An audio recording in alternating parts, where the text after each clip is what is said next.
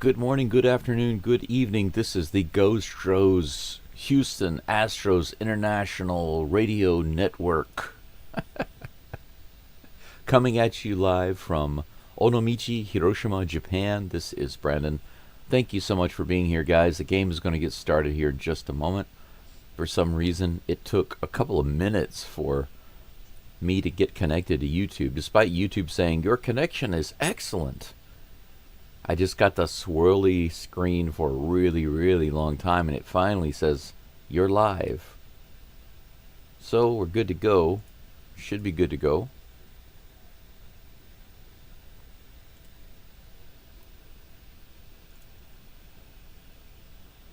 Let's see here. Scoreboard is fixed. Top of the first. Ryan Gusto on the mound today for the Astros against Michael Waka for the Royals.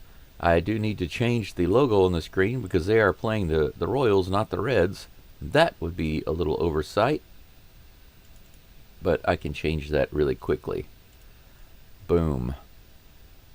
I've got that logo on the screen. Not a difficult thing to take care of, and boom, there it is. Just like that, we are playing the Royals. Alright, my coffee is ready in the other room. There is a break right now, a commercial break on the MLB Network, or the Houston Astros Space City Network. So I'm going to go in there, grab my coffee, and I'll be right back. Go Stros.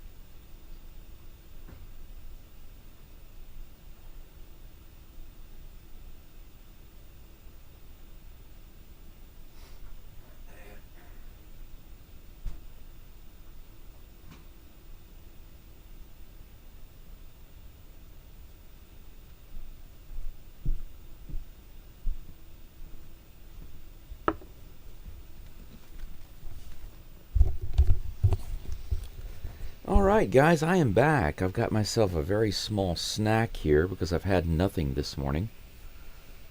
And my first cup of coffee with some almond milk. I'm doing my best to avoid the sugar. It's interesting how I've changed over the years because living in Texas and Louisiana for most all of my life growing up, in my young adulthood, I was having sugar all the time. Sugar and carbs, sweet tea. That was the way of things.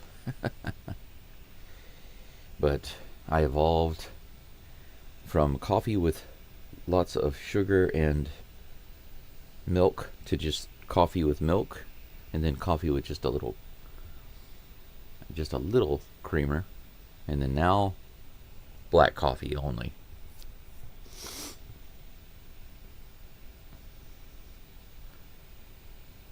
Of course, now I can add the unsweetened almond milk. And you might ask, why not just use milk? Why use almond milk? Well, that's a good question, if you're wondering. Because animal milk has fats and things, and it binds to the coffee, so when you actually drink the coffee, you cannot get the health benefits from the coffee. You cannot get the antioxidants that are in the coffee, because coffee itself actually has good antioxidants, but you cannot benefit from them when they are mixed with animal milk. Almond milk doesn't do that. You can see the difference clearly if you just experiment. You have 2 different cups of coffee and you add a little bit of almond milk to one, and then you add just a little bit of cream or milk to the other. You can see how the milk easily distributes through the coffee, right? 3 people following along right now. It's early on. The game hasn't actually started yet. As soon as it does, I will let you know. I do have a little snack here with some cranberries. Nothing big because I don't want to be munching too heavily during this game.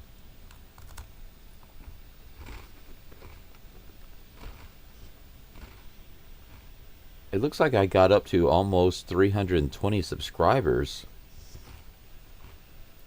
Lost one today. That's sad. Need to be gaining subscribers, not losing them. You know, my last month last year, well, actually, in September, the last full month before the end of the season, I think I got more than 180 subs. It was a really great month for me. And for the year, last season, I wound up with about 250 to 260. So basically half of all of my subscribers last year came in just September alone. But guys, my goal this year, this season, is to be over 1,000. I think that's a low goal. What I would prefer is to see a few thousand subscribers before the season is over. I'm going to be doing a lot of games. Astros have a stretch right now where they've basically got about 17 games in a row without a break. I may or may not be doing all of their afternoon games because an afternoon game for the Astros is a 2, 3, or 4 a.m. game for me. 5 a.m. and after, okay, no worries, I can do it. But getting up to do a game at 2 or 3 in the morning is just difficult for me because that means I have to try to sleep before and then I have to try to sleep after. Maybe it's okay once I get to my Kominka. For those of you who don't know, I bought a very old house. I bought a very old house in Japan, in Hiroshima. It's in the countryside. My house is about 200 years old. One of my senseis, she calls it my samurai house. The reason she calls it that, it's not just a joke. The reason she says that is because the design is very indicative of the Edo period. For those of you who don't know the Edo period, some would say that was kind of the pinnacle of the time of the samurai. You know, the traditional Japanese style house is very famous. You see in some of the movies. Essentially, the house itself is completely made up of wood and paper. And it has like a porch or a veranda that goes all the way around the house. In Japanese, it's called ingawa, but in English, it would be like a porch or a veranda. It goes basically all the way around the house. And the house doesn't have walls. Instead of walls, it has sliding doors. There are 2 different types, the Fusuma and the Shoji. That's what my house looks like. So it's very old design. Ryan Gusto is on the mound, guys. He's about to deliver the first pitch to Mr. India. Here comes the first pitch of the game. 94 mile per hour fastball right in there. I need to get used to where my controls are right now.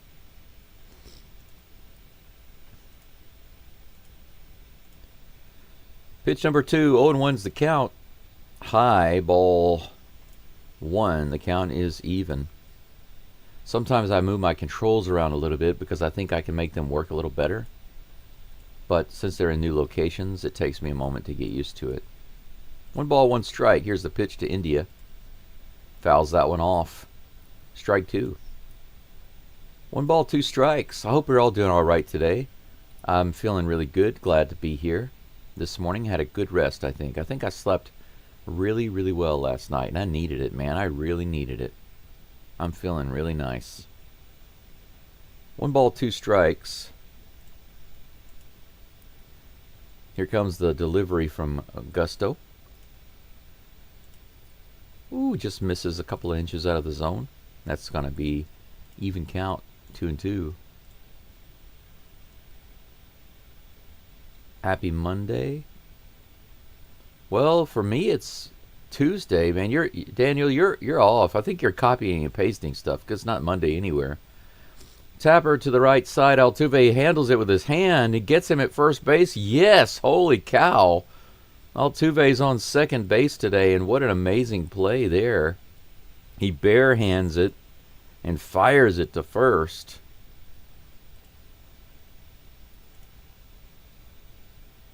Look at this play by Altuve. Man, that's my man right there. One away because of my hero, Jose Altuve. Getting it done. I'm glad to see him on second. I'm very happy to see him on second. The second batter comes to the plate. First pitch up and in, ball 1. 1 out. 1-0 is the count.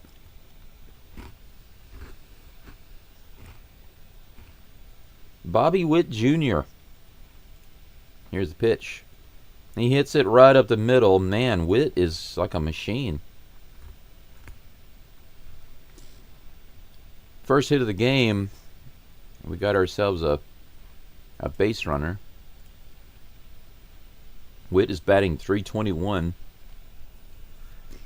The last 20 games, he and Michael Garcia have been on fire.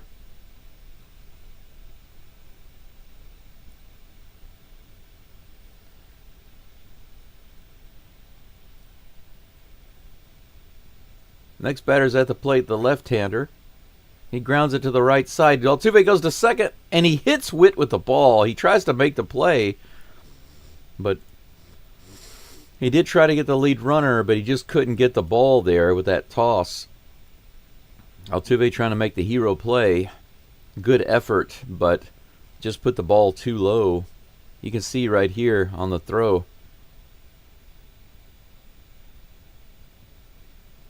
And it just hits Witt.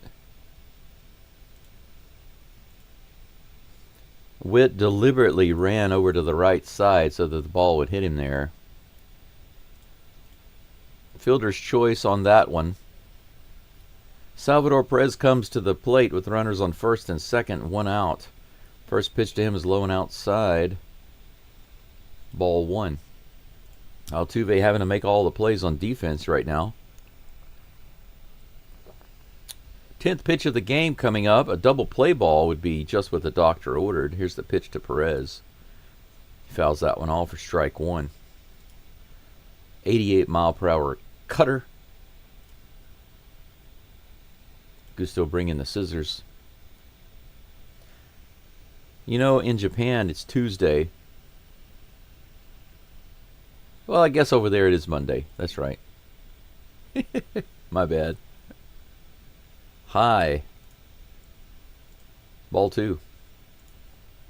But yeah, Daniel Barry Sports Highlights. I appreciate you coming in and dropping the comments, but man, sometimes you're a couple of days behind.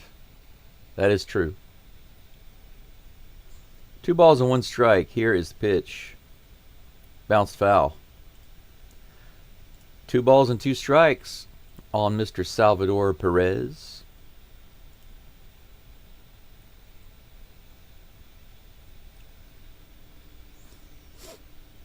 In the bottom of the first, we'll get to the Astros lineup, but DeCinzo's in left field today. Altuve thankfully playing second. I'm glad he's on second. That's where I like to see him.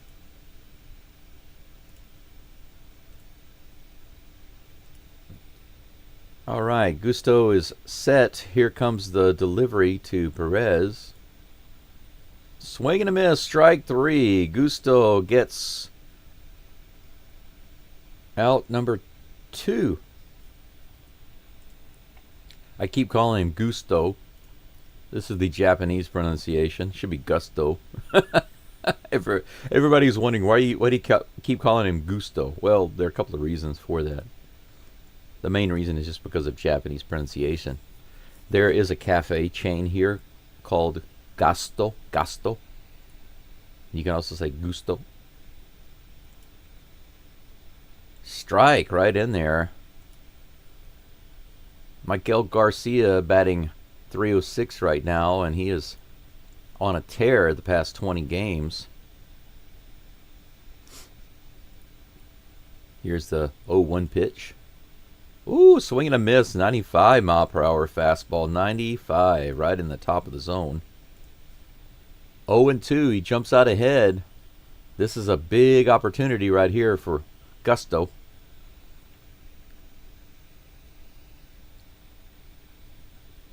Oh and 2. Here comes the pitch. Ooh, low and away. He doesn't go for it. 1 ball, 2 strikes. 16 pitches now for Gusto. If he gets out of it right here with a 17th pitch, that's not too bad considering he's got 2 guys on. Here comes the 1-2 delivery. This one's hit up the middle, and Jake Myers is under it. Good job. Gusto works around it. Good job, Mr. Baseball, and good job, Gusto. We go into the bottom of the first. Nothing doing there for the Royals.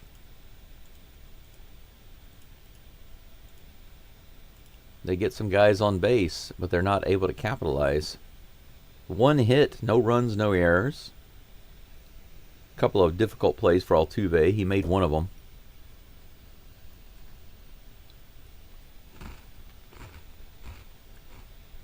Man, they're talking to Darryl Strawberry in a commercial right now. Talking about baseball cards. Even in old age, Darryl Strawberry's a cute looking guy. He's got just like that baby face. Anything going on in the chat? Astros Houston says, let's go Houston Astros. Absa Smurfly, let's smurf and go. Let's smurf and go. Let's get our smurf on. 10 people watching right now, wherever you are. I appreciate you being here. We've already got 7 likes on the live stream. That's good. Not even in the bottom of the first. Let's get to 10 likes as quickly as we can, so that can help out the old algorithm, Mr. Algorithm. My name is Rhythm, Algorithm. Please shake my hand and like my live stream. It's nice to meet you, Mr. Rhythm. My name is Like. Like. I bet you've never heard that on a live stream before. Maybe you'll never hear it again. It is pretty lame. Let's take a look at the Astros lineup now that it's the bottom of the first. The Astros are coming to the plate in just a moment. Jeremy Pena is leading off the damage for the Stros against Michael Wacha, who's on the mound today for the Royals. Wacha is having a rough go of it win-wise. He's 2-4 right now with an ERA of 2.98. The first pitch to Pena is on the way. That's outside for ball 1. Good take by Pena. Altuve will be up next, followed by Isaac Paredes. Second pitch is fouled away by Mr. Flash. 1 ball, 1 strike.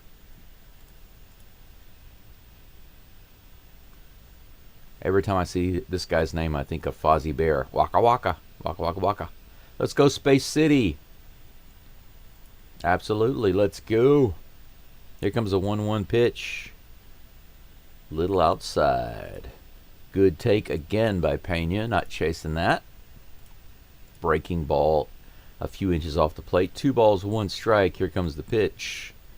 Hit up the middle. Is that going to drop? No, it's going to go right to the right fielder, and he's got it for out number 1. So Pena goes down with a fly ball, an easy line fly line, whatever you want to call it. Went away. My hero comes to the plate, Jose Altuve.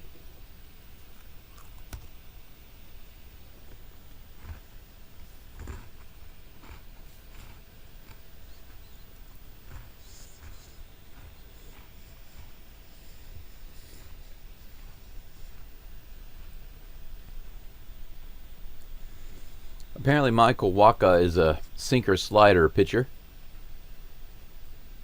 Altuve is back after a mild hand injury. After one at bat, not hand injury. That's Jordan. I'm sorry. He had a hamstring tightness. 0-1 is the count to him after fouling that off.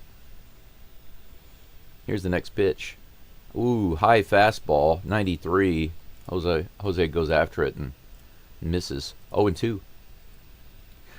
Yeah, his hamstring was a little tight. He only batted once in the game 2 versus the Reds, but he's back today. Strike 3, just like that. 3-pitch strikeout to Altuve. First strikeout for Wacha.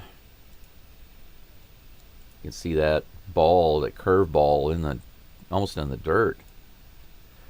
3 straight pitches, Altuve, 3 straight strikes. That was unfortunate. Out number 2. That brings up Isaac the Ball Paredes, batting .264. Just a little low and outside. Good take. 1 ball, no strikes. Almost a dozen people listening in right now. Thanks for being here. I welcome you in. That one's outside. Another good take by Paredes.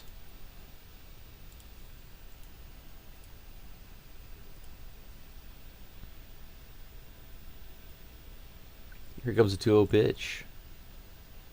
And that one barely clips the upper outer corner for strike 1. A cutter. 2-1 is the count. And here comes the pitch. Ooh, good call by the ump. Good take by Paredes. About 2 inches maybe outside the zone. 3-1. Walker on deck. Might have ourselves a base runner. Let's see. Here comes the 3-1 pitch. It's outside. Another good take by Paredes. Couple inches out of the zone. Wacha trying to paint the corner, paint the edge. Was not able to do it. Wacha walks him. It's a Wacha walk. And that brings up Walker. So we've got Wacha versus Walker. Wacha Walker. Christian Walker comes to the plate. And here's the first lob to him. That one gets the edge. 92 mile per hour fastball.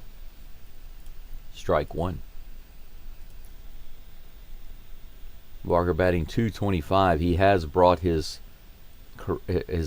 season average up a lot recently. Ooh, good hold on that one. He almost went, but they say he held up, so that's a ball. 1-1. Not even 2 inches off the plate. Wacha is living on that outside edge, but he's missed it more than he's gotten it. Even count. 2 outs. Paredes on first. Here's the pitch. Walker goes after that one. Low and in the outside corner. Strike 2.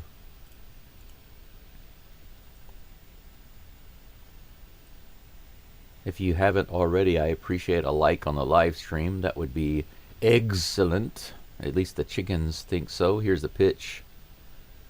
95 up in the zone. He fouls that one away. Stays alive. 1-2. The count remains. It'd be really nice to see the channel take off, guys, because if you're not aware of it, maybe you are. Maybe that's why you're here. English language channels for the Astros are just basically 0. That one's hit to the right side and just out of play. Walker stays alive again. So he's making Wacha work a little bit. He's working Wacha. This next pitch will be the 18th of the game by Wacha. Astros looking for their first hit of the game. Runner on first with 2 outs. 1 ball, 2 strikes to Walker. Here comes the rock toss. In the dirt, inside. Paredes looked like he was gonna go, but he scoots back. He's not the speed demon. Like some of the Astros. Maybe Cam Smith, Jake Myers, Jeremy Pena. Could have thought about running, but not Paredes. Not that he's slow, but he's not fast either. This is grounded to the shortstop. He gets it and tosses it to second, no problem. So that's 4 up and 3 down for Michael Wacha and the Royals. Astros don't get a hit, just a walk. A walk-off Wacha. We go into the top of the second inning. Scoreless. Astros again have a terrible first inning. That has been their mantra for the whole season. Do nothing in the first inning. If you guys weren't aware of this, the Astros are literally the worst team in all of MLB for scoring runs in the first inning. I know you're probably not surprised. If you didn't know that before, and you just heard it for the first time, I seriously believe that you're not surprised.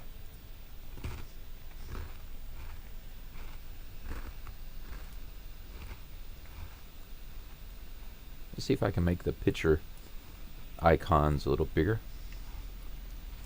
on the screen to make them a little more interesting, a little more prominent.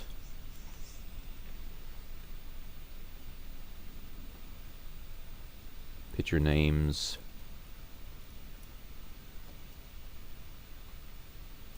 And pictures a little bigger.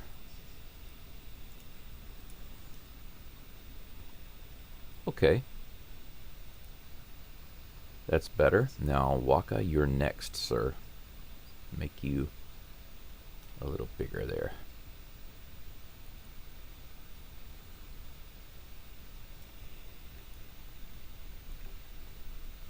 There we go.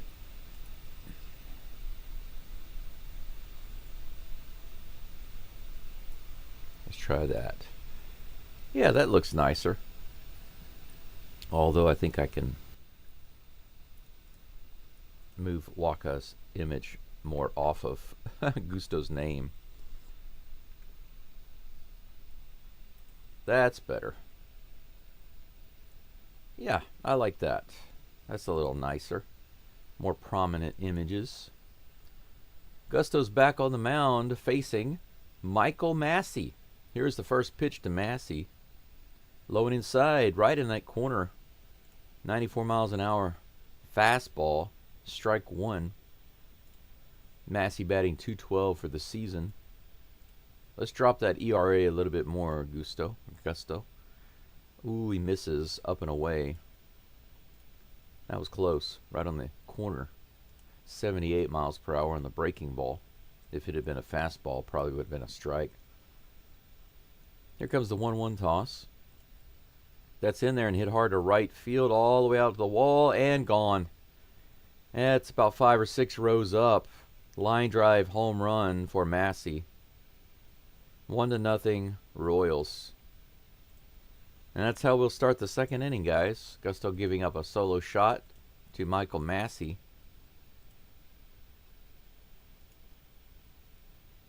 Take a look at that. Yeah, that didn't move at all. That was a changeup, and it went straight to the plate. There was absolutely no movement on that one. A changeup right down the middle? Yeah, that's like home run practice right there. Batting practice ball. Woo! 20 pitches now for Gusto. The first pitch to Cavan Biggio comes in at a ball just a little below the zone. That's unfortunate. 1-0 Royals.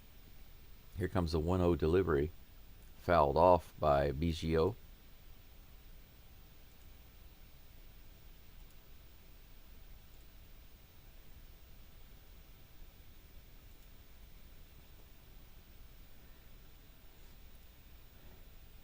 Here's the next pitch. That's hit out to left field. It looks like a long way for DeCenzo, and he's got it just a few feet shy of the foul line.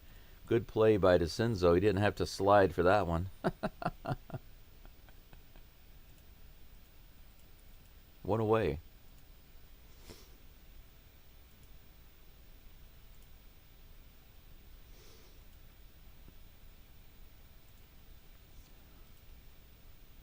Good play by DeCenzo. Opposite field fly ball. Woo! First pitch to Drew Waters. is in the lower outside part of the zone for strike one. Nice breaking ball.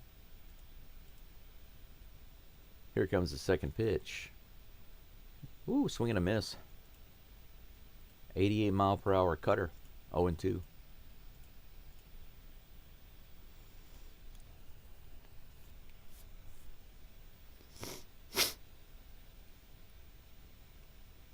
Next pitch is on the way. Grounded foul. He stays alive. The count remains 0-2. Gusto trying to get his second strike out of the game.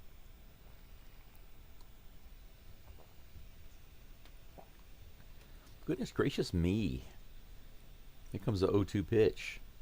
Grounded to Altuve. He scoops it up, no problem. Goes over to first. Out number 2.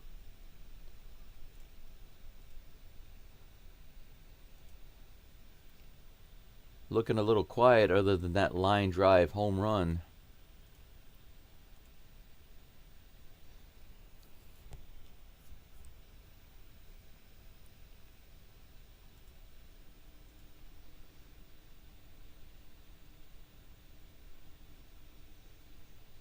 Here's the next pitch. Right in there, 94 mile an hour fastball to Kyle Isbell. 0-1 is the count.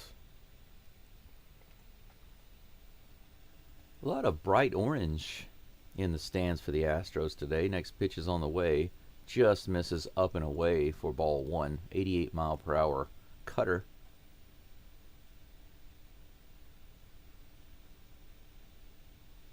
One ball, one strike, 2 outs, no runners on. That one is about a foot outside the zone. Change up. Be careful with that changeup, Gusto. 2 balls, 1 strike. Here comes the 2-1 pitch. That one's hit hard to right field. That's going to be another extra base hit. All the way out to the wall. Cam Smith plays it and tosses it in. Isbell's going to second base with a double off the wall. So a homer and a double given up this inning by Gusto. That was a rip down the line.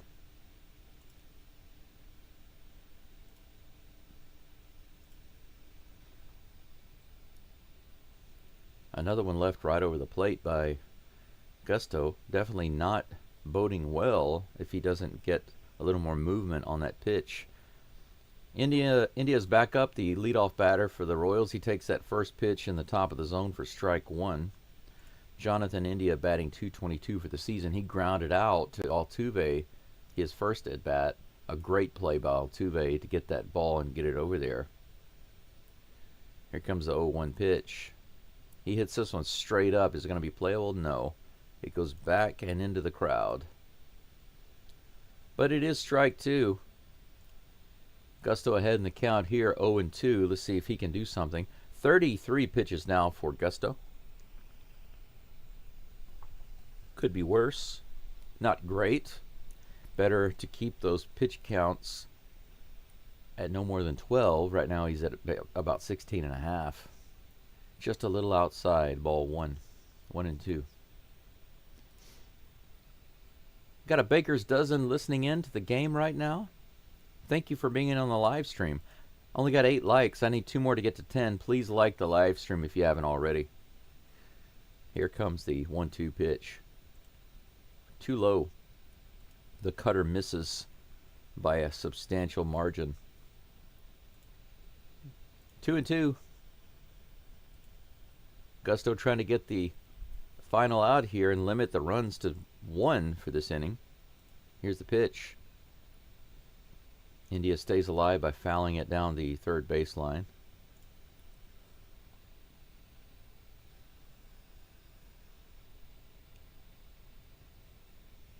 Some good news, though, that I just heard about Gusto's home run. He hasn't given up any this season. That was the first. Also, his changeup hasn't been giving up anything, really. Fouled away again by India. Count remains 2-2.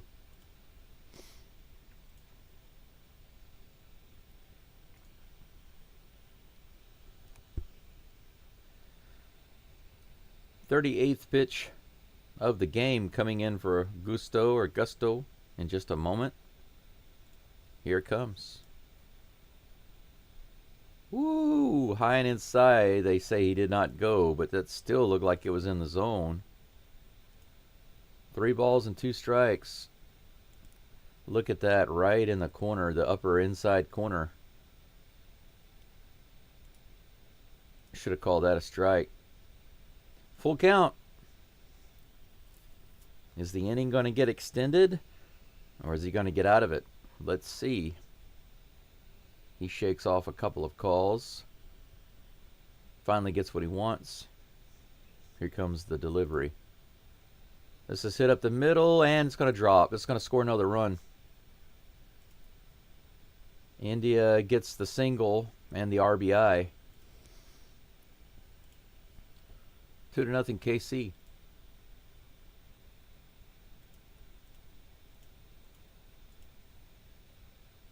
It was not a bad pitch, but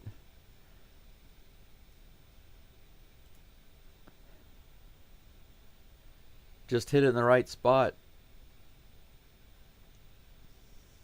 2-0 Royals.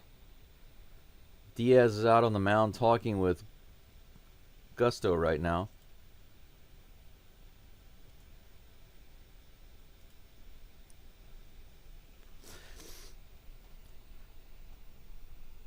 You want to hear something interesting? Gusto has had almost no offense from his support. The Astros have never scored more than 2 runs when he's on the mound. How's that for fairness? Bobby Witt Jr.'s back up at the plate, takes that first pitch on the outside edge, a cutter for strike 1. Good pitch from Gusto. This is the batter I'd like to see him get right here. Witt Jr. Whiff. Bobby Whiff. Come on, man. Make him Bobby Whiff. Here's the 0-1 pitch. There we go. Bobby Whiff. Up and in. 95-mile-per-hour fastball. The count is 0-2.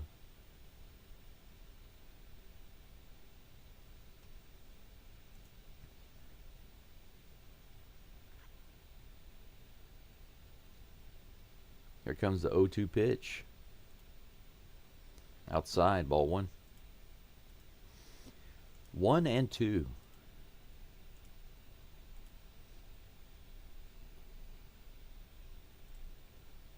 Gusto looking for the count. Looks like he gets what he wants. Runner on first with 2 outs. Here's the pitch to Whiff Jr. This hit to right field is going to be playable. No, it's over Smith's head all the way to the wall. That'll score another run, I'm sure. India's waved home. Altuve gets the ball, but it comes in too late. Whiff is all the way over to third. Triple for Whiff Jr.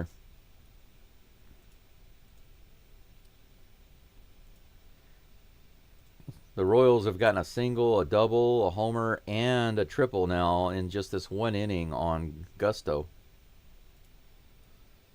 All the way out to right center field off the wall there. And Whiff is very fast. There's one thing he can do is run. He gets all the way over to third. No problem getting into third there. 3-0 Royals. First pitch to Vinny Pasquantino is outside and low for ball 1.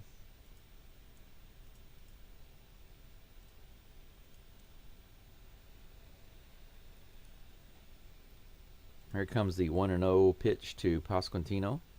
Hit hard down the first base side, foul for strike 1. There have been multiple opportunities for Gusto to get out of this. He's had 0-2 counts on several batters. Just can't put them away, or hasn't been able to.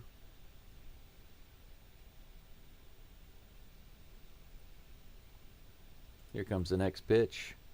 That one goes up the middle, another base hit. That's going to score Whiff Jr. He jogs home for the 4th run of the inning. Starting to get away from Gusto. 4-0 Royals. Base hits just piling up on Gusto right now. 25 RBIs for Pasquantino. He's leading the team right now. Pitching coach is going to go out to the mound, have a little chit-chat. There's Miller. Wants to have a heart-to-heart with Gusto. Gusto's now up to 46 pitches.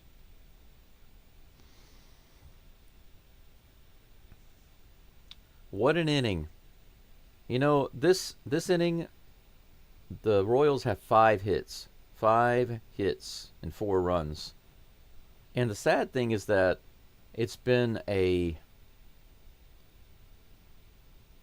very, very close type of situation where he gets 2 strikes and then they get a hit. 2 strikes and then a hit. 2 strikes and then a hit. He just can't close it out. He's getting the early strikes and then they're punishing him. The Royals have hit for the cycle this inning. Single, double, triple, and home run. They've gotten all of the hits. Salvador Perez is back at the plate. He fouls the first pitch off.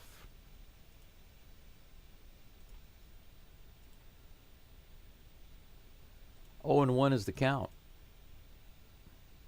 15 people watching. I apologize for the results of the Astros game right now in the second inning, guys, but I appreciate the likes. Here's the pitch. Swing and a miss. That one was up and out of the zone. Nice fastball, getting Perez to go around.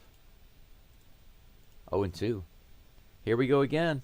Got another 0-2 count for Gusto. Something he's been doing nonstop this inning, but the Royals have still been hitting it. Let's see if he can get out of it this time. Here comes the 0-2. He finally gets the punch out after another 0-2 count. Out number 3. Thank goodness.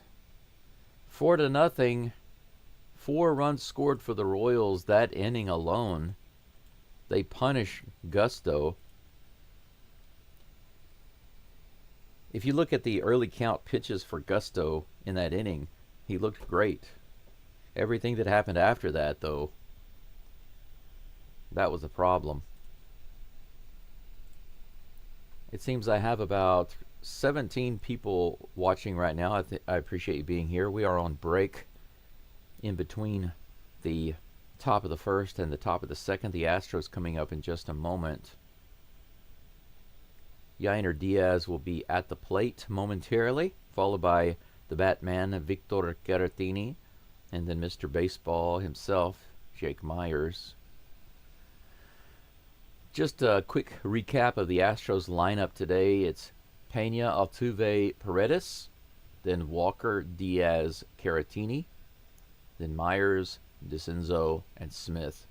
Altuve is playing at second base today. He's back in after basically 2 games off. He had some tightness in his hamstring, but he's back in the game today.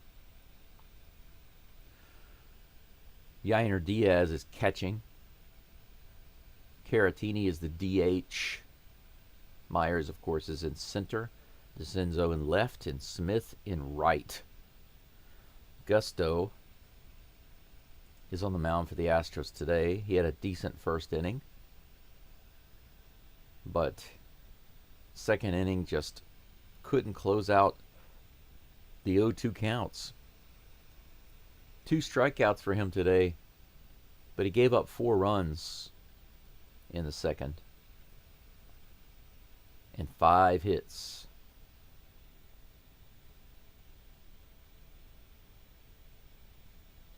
They are asking an interesting question on the screen. When Jordan comes back into the lineup, where should he be? Batting third, batting second, or batting fourth? Interesting. Diaz takes the first pitch for a strike. 0-1. 9-game hitting streak for Yainer right now. That one's in the dirt, ball 1. The count is even.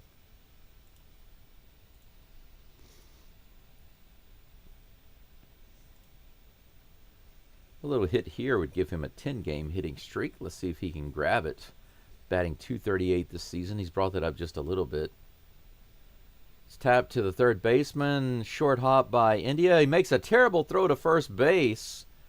Diaz stays there. He's not gonna be able to get to second, but that was a great catch by India. Just an absolutely horrendous throw. Man, let's take another look at that. Look at that short hop, and then he's like, "Whoa, my God, where did that go? What a terrible throw!"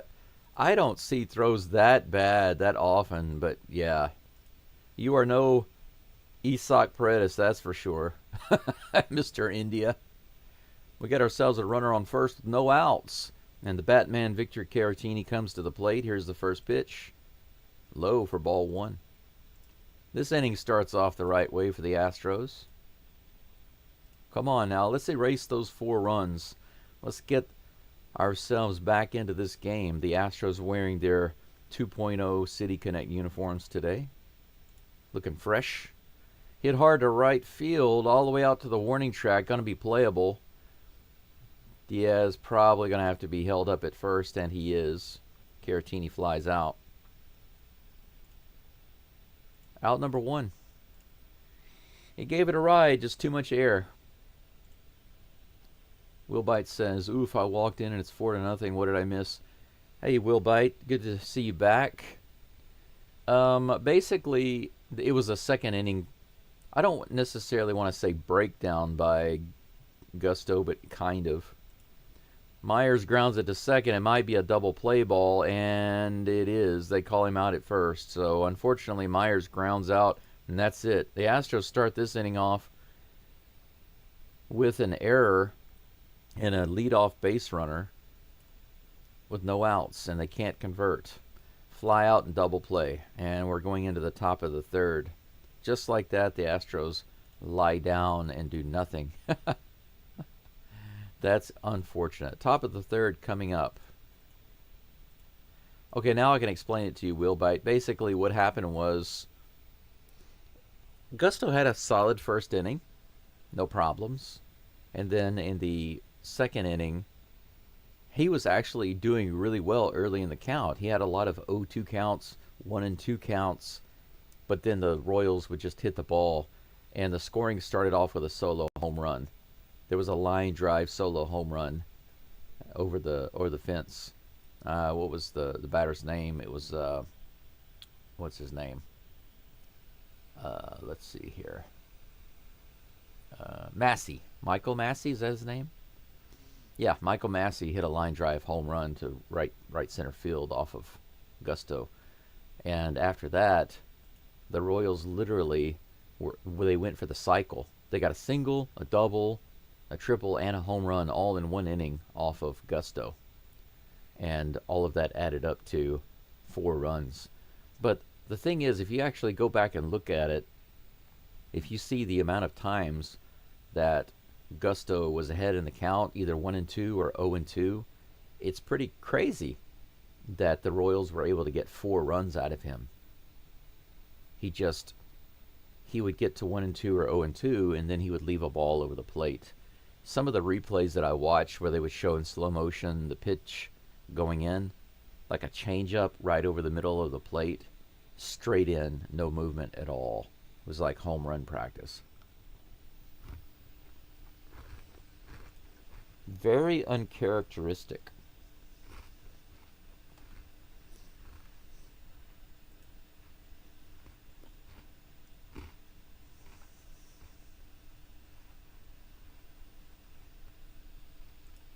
They're showing Altuve signing bats and giving bats out to the kids.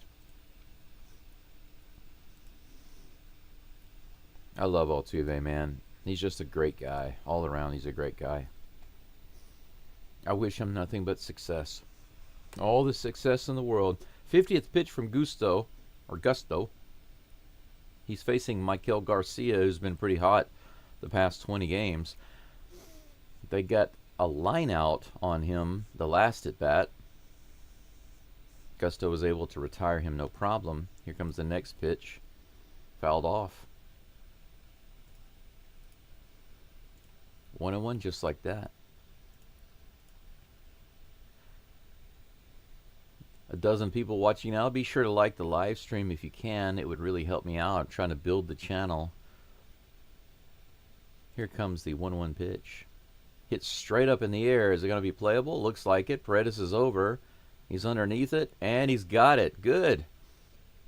And Garcia is 0 for 2 today. That's nice. The hottest guy on the Royals team right now.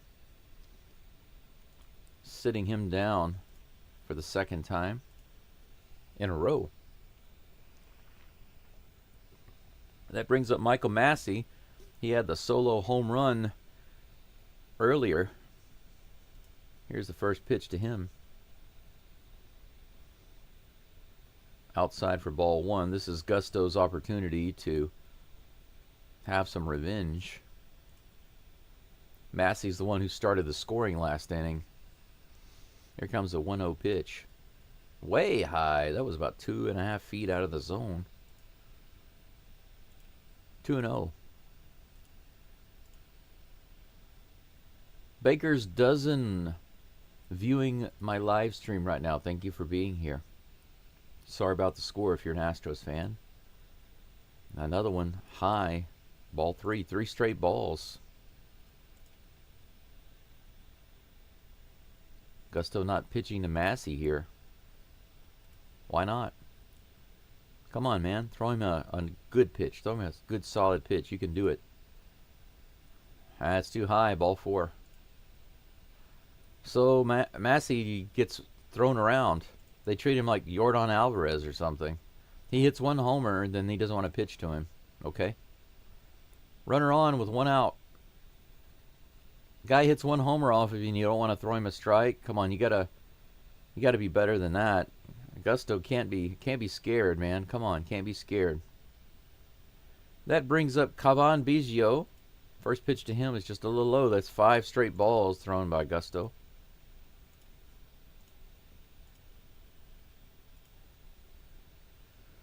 Biggio did fly out his first at bat. He's 0 for 1 today, batting .185 for the season. Nothing impressive there. Let's see if he can get him. Another ball outside. 6 straight balls thrown by Gusto.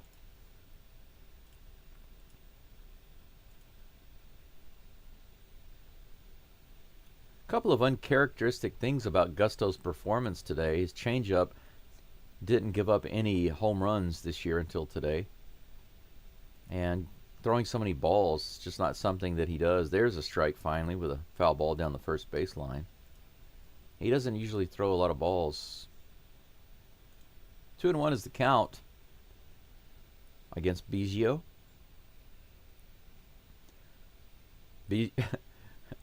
Craig Biggio is actually the Astros shirt that I have sitting on the back of my chair, or hanging on the back of my chair. He tosses it over to first base, but Massey is back, no problem. Takes a little break, grabs the rosin bag. Now he's back up on the rubber. 2 balls, 1 strike. Here comes the pitch to Biggio. Whoo, just barely misses by maybe an inch. Ball 3. Man, 3-1. Last 8 pitches, he's only thrown 1 strike. Here comes the 3-1. Another walk. 5-pitch walk. Back to back.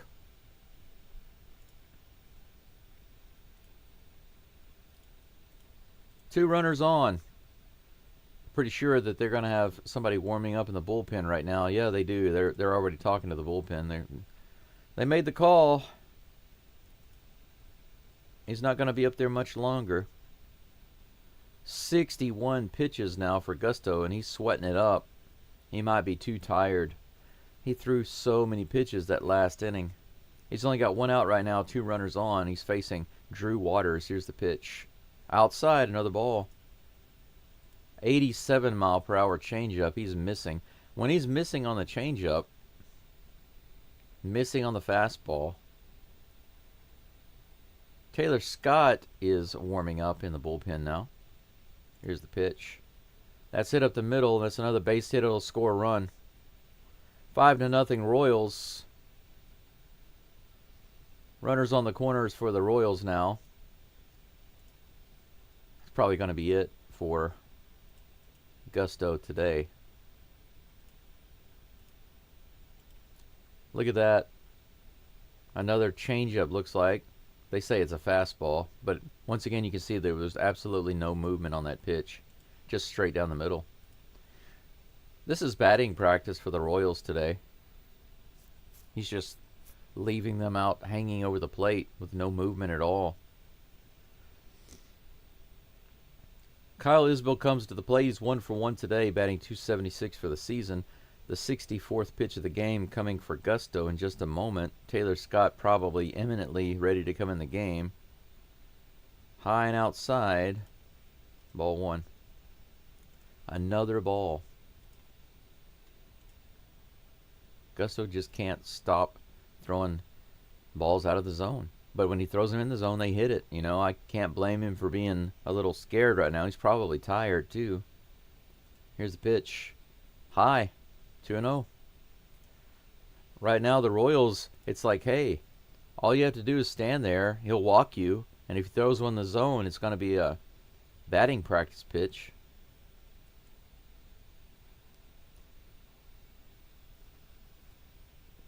Gusto not having the control like he usually does.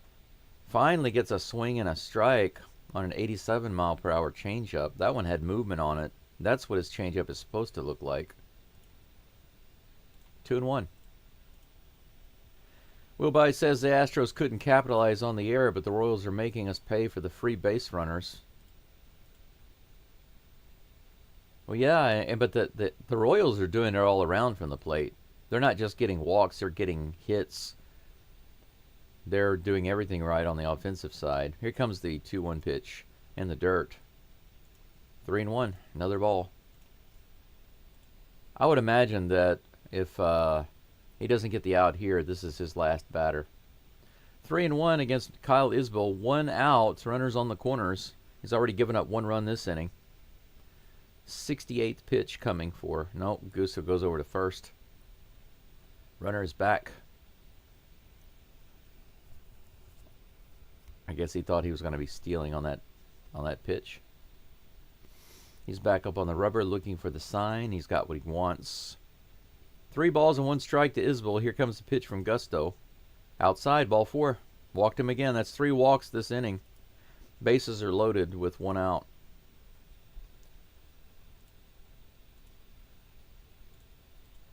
In all of Gusto's other starts this season, he has not walked more than 1 batter.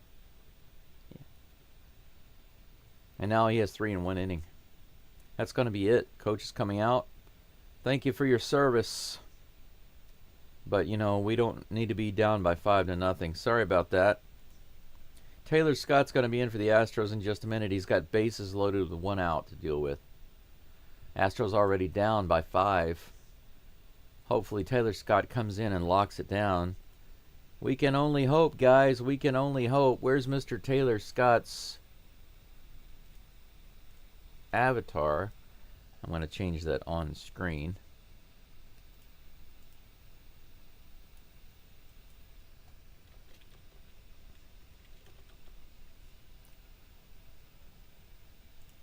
What a game, man. The Astros, the past few games, man, they are so lopsided. They either give up a ton of runs or score a ton of runs, or both. It's like, where's the middle ground? Seriously, where is the middle ground? Goodness gracious me. You sit down to try to enjoy a game, and this is what happens. This is what happens. Let's take a look at the chat. Anything going on? Not really yet. 15 people following along. Thank you for being here. We are in a break right now as Taylor Scott gets warmed up on the mound. If you are a Royals fan, congratulations to you, at least for now. The game is not over, obviously, but, 5-0. I'm sure you're feeling pretty good at the moment.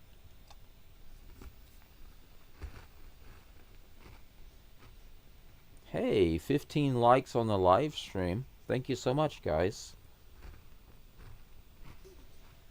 That's pretty good considering it's only the 3rd inning and there are about 14 people watching. 15 now.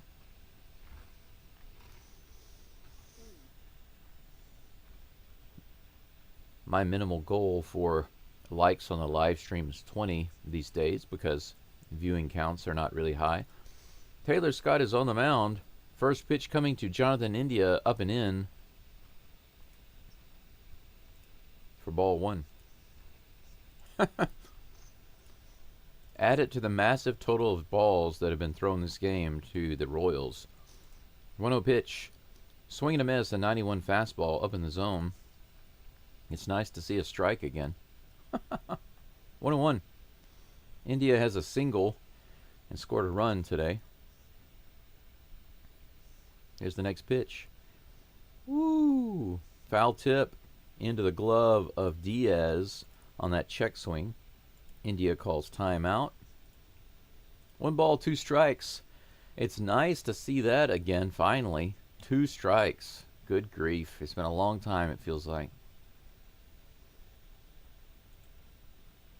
Taylor Scott replacing Gusto. The bases are loaded, but not because of Scott. This is Gusto's doing. 1-2 facing India. Here's the pitch. Fouled off. Barely got a hold of that one. That was low in the zone. Nice splitter. Looks like Scott's got a lot of movement on his pitch, and that's good because the Royals haven't seen that in this game. They've been getting batting practice, and I'm not kidding. It's easy to sit here and say they've been getting batting practice, but there hasn't been much movement on Gusto's stuff. Here's the pitch from Scott. This is hit hard to right field, and that's going to be down and score another run or two. Just 1 run, a single, 6-0 Royals. Scott gives up the single, but that will be charged to Gusto. Second RBI for India today.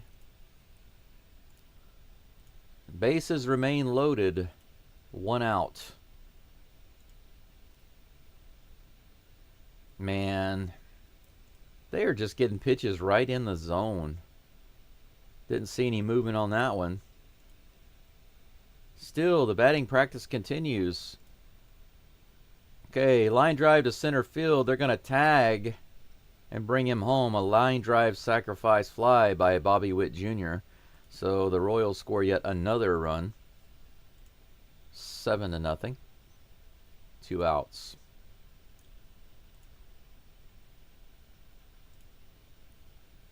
Runners at first and second stay. Runner on third tags, of course. Runners on first and second now. 2 outs. Gusto has 2 more runs, so that's 7 earned runs for Gusto right now.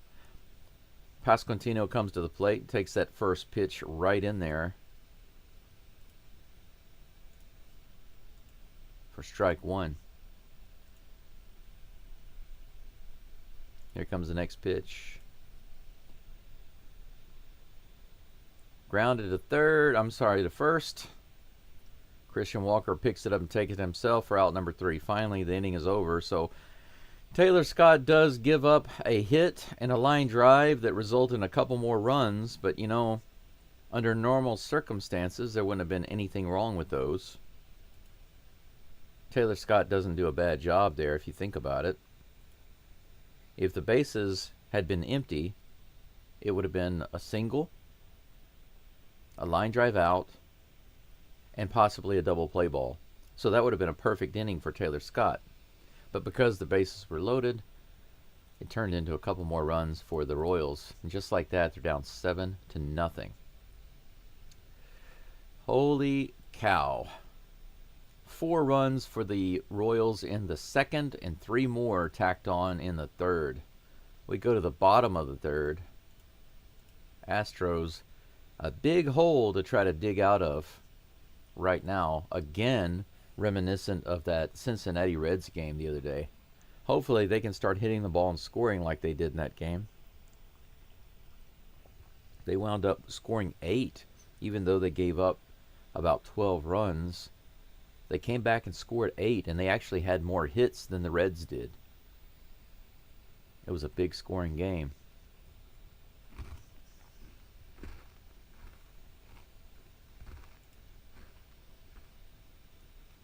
$15 likes on the live stream. Thank you so much. 5 more to get to my minimal goal. If you haven't liked the live stream already, please do so now.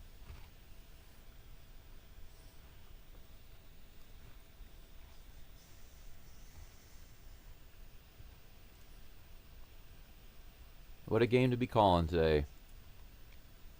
But you know what? Just like the game the other day, I just have to say, whenever the Astros are down like this, your expectation goes down to zero. You have zero expectations. Whatever happens, happens. Zach DeCenzo comes to the plate. Leadoff batter for the Astros this inning. First pitch is on the way. First one is right in there from Waka. 91-mile-per-hour pitch. The Astros don't even have a hit yet today. Here's the pitch. In the dirt, ball one. Good take by DeCenzo. 1-1 is the count. 1 ball, 1 strike. Cam Smith is on deck, and Pena is in the hole. Somebody get him out of that hole. Pull him out. Get him out. 28th pitch of the game coming for Waka in just a moment. Here's the delivery. Fouled off of his foot for strike 2. 93-mile-per-hour sinker. 1-2.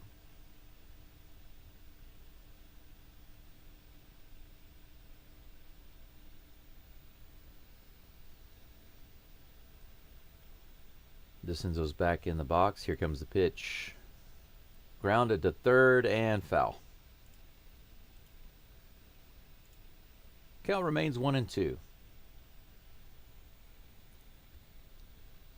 You know, games like this don't help my channel. I don't think that a game like this is going to help my channel grow. People come in, see the score, and leave. Here comes the 1-2 pitch. In the dirt. Bounces way out of the box there. Count is even, 2-2. 30 pitches now for Waka. Waka. DeCenzo ready. Here comes the 2-2. Swing and a miss. 80-mile-per-hour changeup. Now that's what a changeup is supposed to look like. It was only 80 miles an hour, but the bottom just fell out of it. Look at that. You see that? That's exactly what Gusto's changeup was supposed to look like, but instead they were just going straight in there with absolutely no movement, and the Royals were punishing it. But Waka's got his changeup working. 1 out. Cam Smith comes to the plate batting .217. Not stellar. That's in there for strike 1. He's played 28 games for the Astros so far this season. Here comes the 0-1 pitch. Woo, how did he not call that one a strike? Top of the zone, but called ball 1. 1-1. Here comes the 1-1 pitch. Low. Ball 2.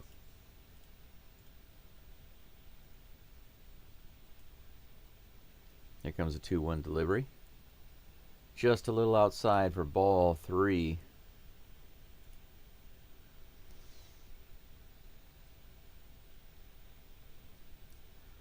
Well, Royals starters have the most innings of any team in the MLB right now, but Astros have a base runner with a walk there. Good job by Cam Smith to draw the walk. Off Waka.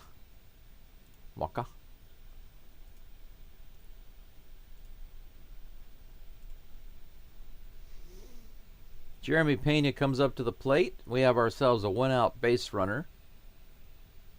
He's 0 for 1 today with a fly out. First pitch right on the inside edge. 87-mile-per-hour cutter. Strike 1.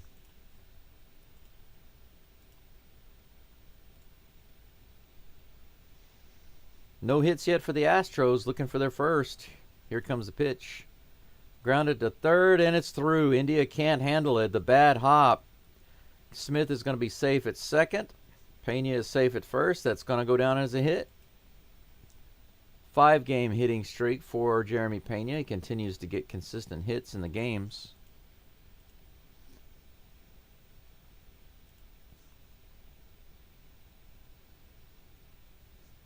Yeah, that was pretty bad.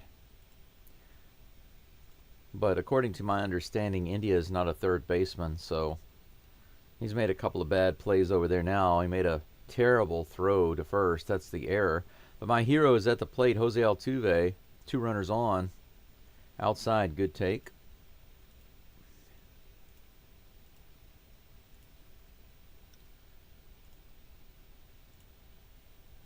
700 career extra base hits for Altuve. He just got that the other day. Here's the next pitch. Upper outer corner, strike one. 1-1.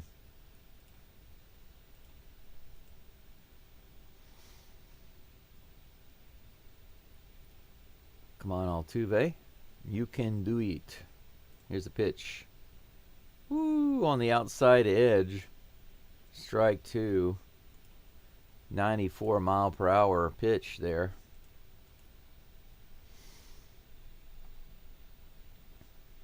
Walker continuing to paint that outside edge. Here's the pitch. Little tapper, might be trouble.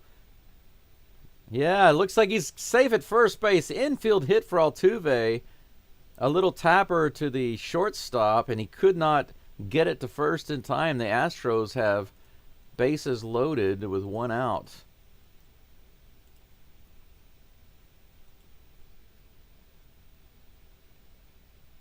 Good hustle, too.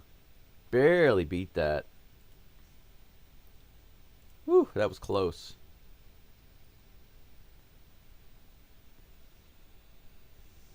Man, the hustle down to first base, that was the thing. I mean, the tapper on the infield, but the hustle by Altuve to get to first, man. Infield hit for Altuve. Isaac Paredes comes to the plate. The number one RBI guy on the Astros team right now. And last 10 games, .457 on-base percentage. He's the guy out of the lineup to have at the plate right now. Number one for the Astros in runners in scoring position, batting average, and second in on-base percentage last 10 games. Here's the first pitch. 94 right in there. Strike one. Put one in the Crawford boxes, man. Bring us back in this game. Isaac the ball. He does have 2 grand slams in his career. Third one? That one's in the dirt. 1-1.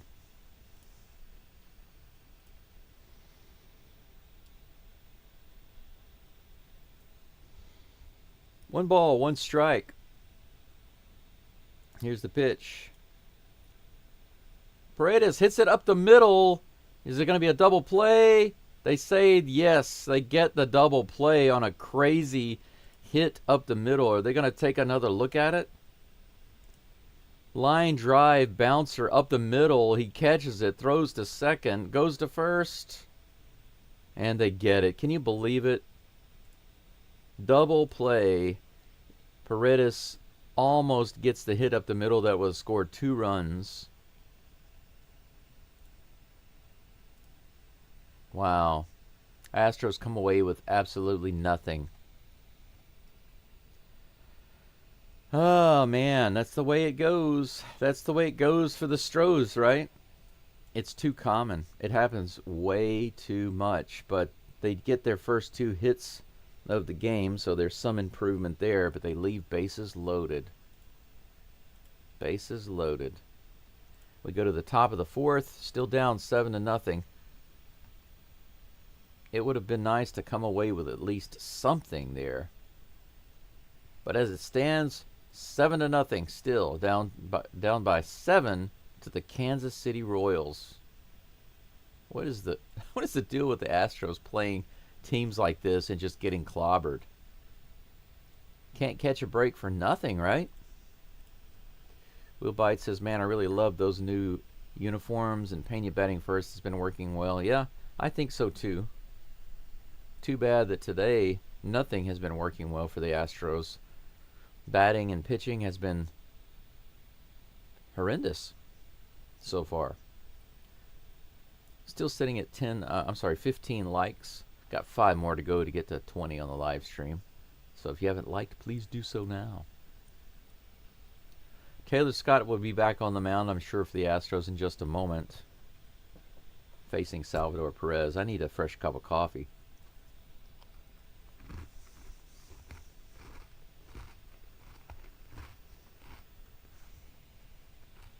This cup is cold. Perez is at the plate. Scott is indeed on the mound. Here comes the first pitch. Low and outside, ball one.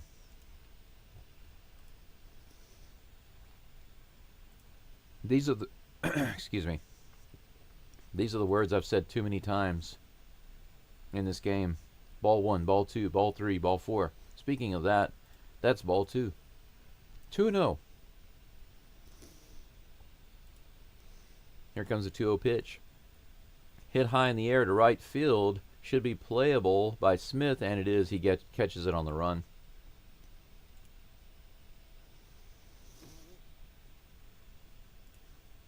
All right. I'm going to go grab some hot water. I'll be right back.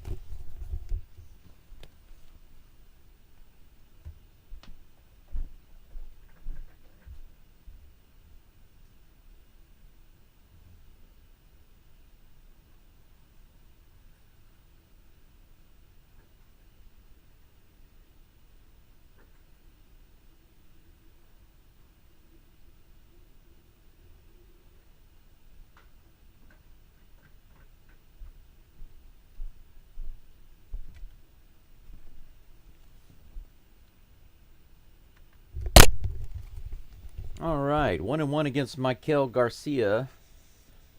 Foul ball on that one. Strike two, 1-2. I missed the first two pitches just from getting water, just from going to grab my hot water. One ball, two strikes. Here comes the pitch to Garcia. High and outside for ball two. That would be 2 balls. 2 balls, 2 strikes, 1 out. No runners on. Here in the top of the fourth. Here's the delivery. Fouled off. Count remains 2-2. But the important thing is that I have my hot water. My hot water.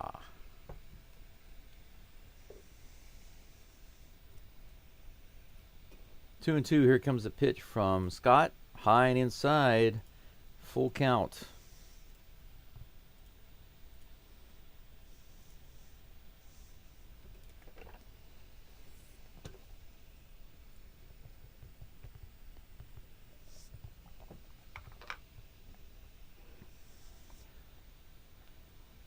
Three and two is the count, and this is the pitch. Swing and a miss. Scott picks up a punch out. 1 away. I'm sorry, 2 away. My bad. Scott hasn't been doing bad since he's been in the game. He himself does not have any earned runs. Here's the pitch to Michael Massey all the way out into center field, but playable by Jake Myers. Good one. Massey is the one who had the solo home run earlier that started all the scoring for the Royals. Scott has a 1-2-3 inning. That's what I like to see. Man, it feels nice to have a 1-2-3 inning for the Astros. Good grief. Finally have a nice inning. Nice, relaxing defensive inning.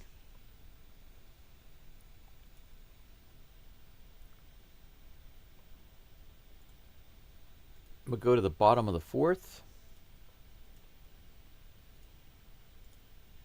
Christian Walker do it for the Astros, followed by Yainer Diaz and Victor Caratini. And I'm going to pour myself another hot cup of coffee.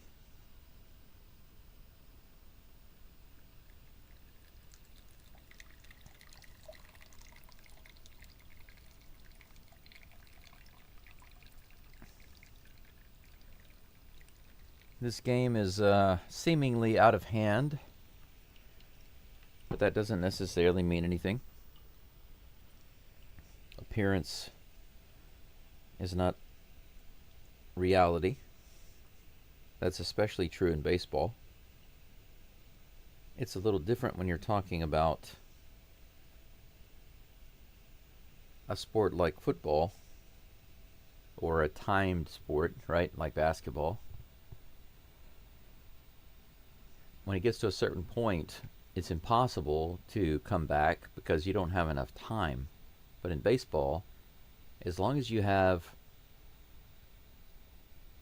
an at-bat, there's always time. There's always plenty of time. It's just a matter of avoiding the outs. Christian Walker is at the plate.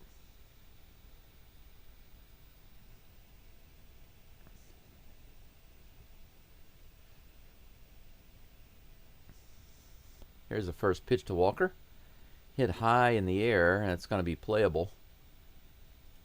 Over at third, India looks like he has a little trouble with it, but he finally puts it away, gets underneath it.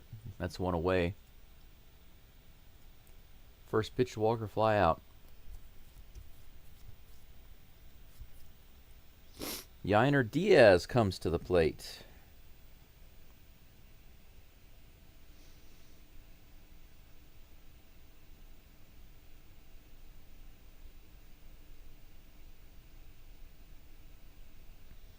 First pitch to him is a little outside for ball one. Good take. 1-0.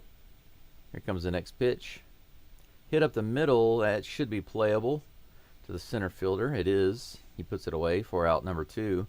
3 pitches, 2 flyouts for the Astros. Kind of quietly going down this inning.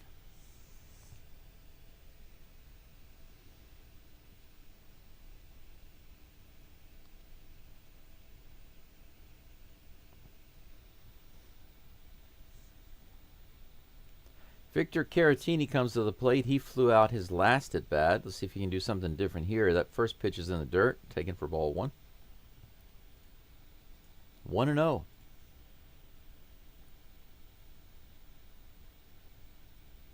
Will Bite says, my beta died last night. She was almost 2 years old. Oh, your beta. I know how that feels. I used to have some betas. Strike 1 to Diaz. I'm sorry, to Caratini. And that's strike 2 with the swing and miss. Why did I say Diaz? 1 ball, 2 strikes with 2 outs, no runners on. The Batman yet to show his prowess at the plate. Here comes the pitch. Hey, opposite field hit. There we go. 2 out base runner with that single for Caratini.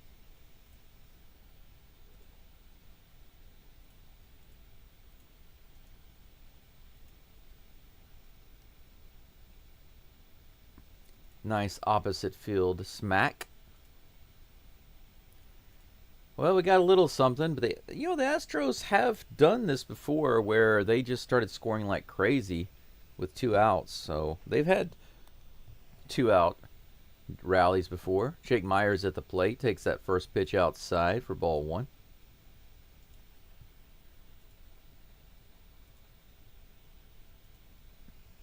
Astros rallies the past couple of innings have been double plays. This is hit on the right side, and it's going to be out. So the past 3 innings have ended with ground balls. 2 double plays and a toss to first. Nothing doing for the Astros there again this inning. 4 up and 3 down. We go to the top of the 5th. Astros down 7-0. Still waiting for my Stros to do something besides struggle. 3 hits. That's pretty much all they've got to show for this game. 3 hits. Taylor Scott hasn't been doing bad, but unfortunately, Gusto gave up 7 runs. Man alive.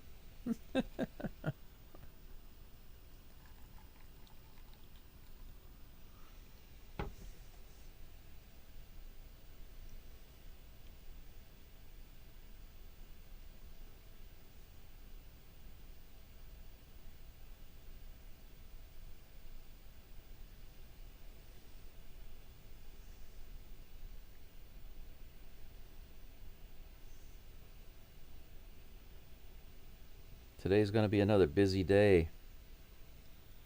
After this game, I got some more packing and cleaning to do here. Get myself moved to my old house. got to finish setting up my Starlink. Where I live out in the countryside, the house that I bought, there's no internet option out there. The only option for high-speed internet is Starlink. Japan NTT, which is like their internet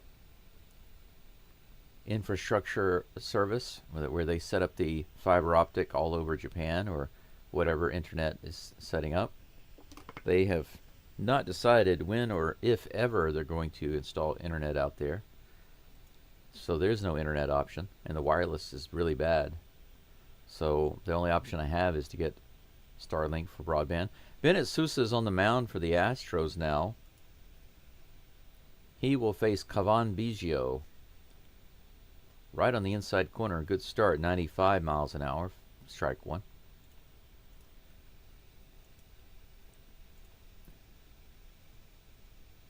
Bennett Sousa. Here's the next pitch. Swing and a miss. 86 miles an hour in the bottom of the zone. Strike two.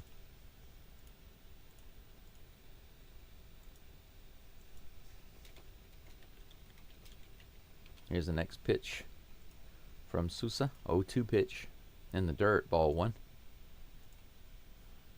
1-2.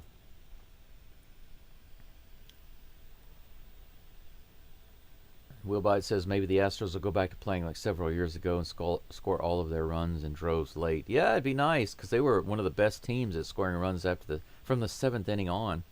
This is hit into right field, and Cam Smith grabs it on the run right at the warning track. Good catch by Cam Smith. Out number one.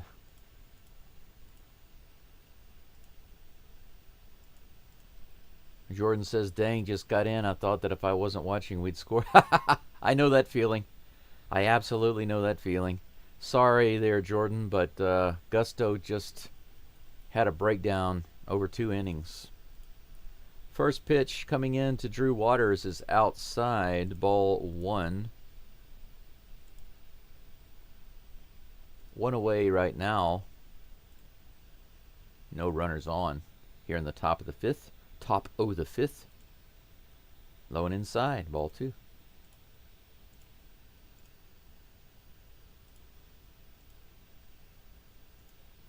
Big Dog says, oh my God, I might as well go back to bed. 7 runs already. Yeah, I feel you.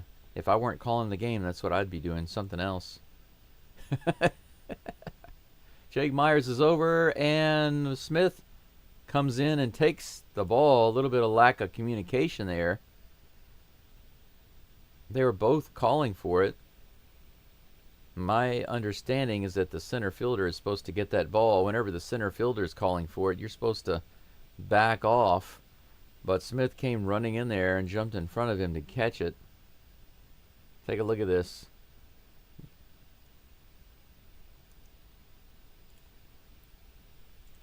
Crazy. First pitch to Kyle Isbell is high for ball one. 1-0. Here's the pitch. Sousa misses that one on the inside edge. Ball two.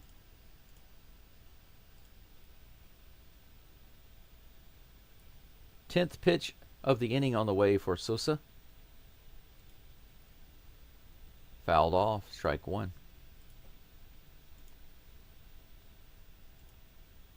1 strike.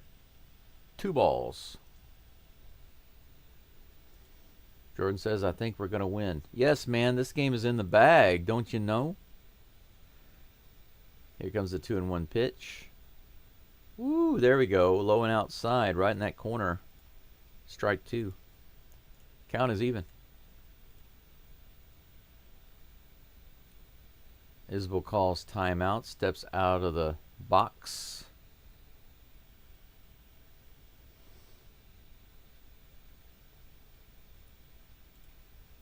Here comes the 2-2 pitch. Hit high in the air. Should be playable in the infield. Christian Walker is in on it. And he's got it for out number 3. Good job. Sousa gets the 3 up and 3 down. Good job, Mr. Bennett Sosa. He does exactly what he was meant to do.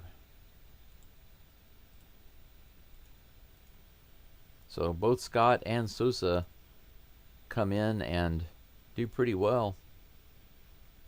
Bottom of the fifth coming up in just a moment. Zach DeCenzo is due up, followed by Cam Smith, and then the top of the batting order with Jeremy Pena. Jordan says, from your mouth to God's ears. Yes, absolutely. Funny thing, Jordan says, I wanted to get on so I could give a like, but somehow I had already liked. That's funny. Make sure you didn't dislike by accident. Unlike, rather. Because if you click on the like button twice, it unlikes. Yeah, it doesn't turn it into a dislike, but it makes it unlike. I think I can add a little bit more hot water to this cup of coffee. There we go. Second cup of coffee incoming.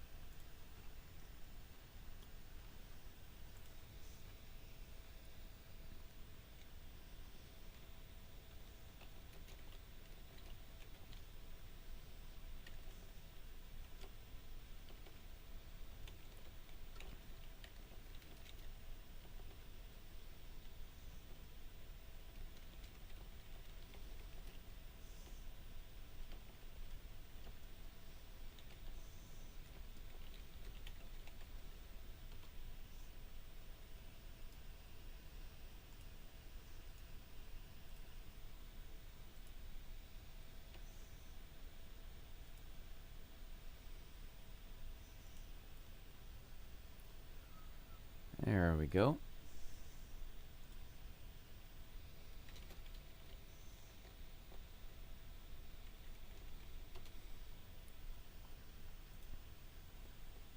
Zach DeCenzo is now at the plate, guys. First pitch is on the way. Swing and a miss. Strike one.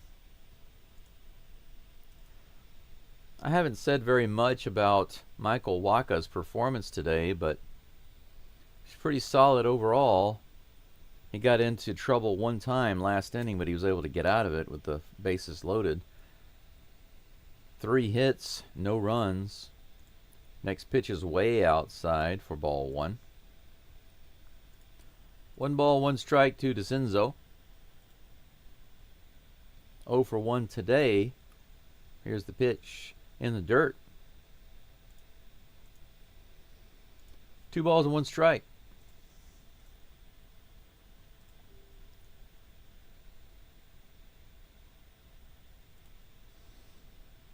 Two balls,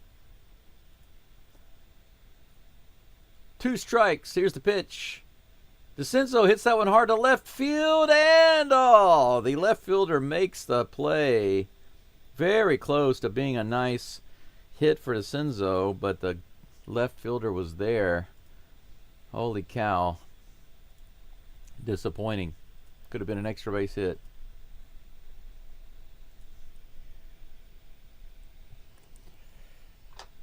All right. That brings up Cam Smith. Come on, Cam. Crank it up. Crank it up, Cam. 88 miles per hour cutter takes that. That's not what I'm talking about. Cam, crank it up. It means swing the bat, baby. Swing the bat. All right. He swings the bat there. I have to laugh because you guys don't know why I'm laughing, but I have to laugh because Cam Smith hits it opposite field, flies out. It was a little line, a very, very weak liner to the right side on the infield. And it was caught.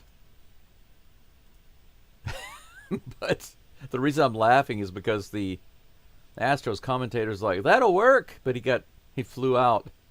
Jeremy Pena gets a base hit. Puts that out into left field, so we have ourselves a 2-out base runner with the Flash hitting the very first pitch.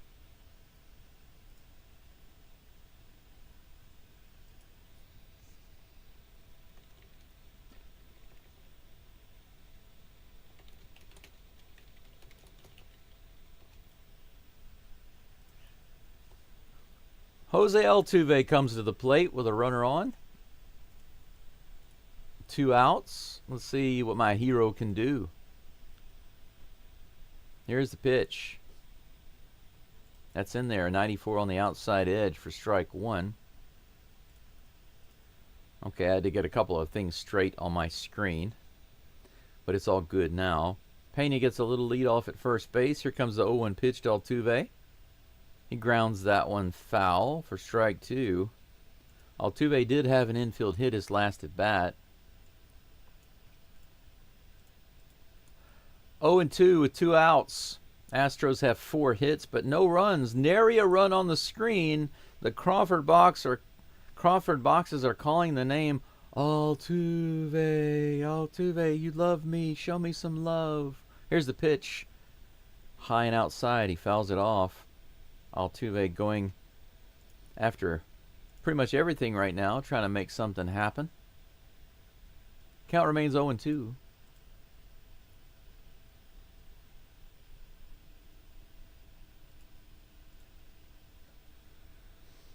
Here comes the 1-2 pitch, or 0-2 pitch rather. Way outside. That makes it 1-2. I guess I made it happen just now by giving you the wrong count. 1 ball, 2 strikes. A lot of talking in the live chat. I can't wait to get caught up on that. You guys are probably saying some pretty funny stuff. Here comes a 1-2 pitch. Hits sky high. Is it going to be playable? Looks like it. The catcher is back. Miss it. Aw. Out number 3. Astros come away with nothing in that inning as well. Foul out by Altuve. 7-0. Still, we go to the top of the 6th. Astros down. They've got a big fat goose egg on the board. I don't even know what to say anymore. I put all of my money, I put my time, I put my love, I put my care into you. I teach you how to hit the ball with the stick, the sphere, and this stitched white sphere. I teach you to take the stick and to poke the sphere as it comes hurtling toward you. I teach you to poke the stick, run to the base, run to the next base, and yet even the next base, and then back to the original plate from whence you first hit with the stick and score the run. I teach you these things, and yet you do not do them, so I do not understand. I don't understand what you're doing to my heart right now. Astros, you've forgotten every lesson I taught you with the stick. If you do not remember these lessons by the end of the game, then I will punish you with the stick. Okay, that's my rant. I have no idea what I was doing just there. I was just wanting to do a ridiculous accent. I don't even know for sure what accent that is. I don't know where it's from. Okay, now I can get caught up on you guys' chat, I think. Let's see, what do you say here? God works in mysterious ways, says Jordan. That's true. Got to be careful with the bit name because Google likes to change it to butt. butt dog. At least it's not butt. Yeah, that's funny.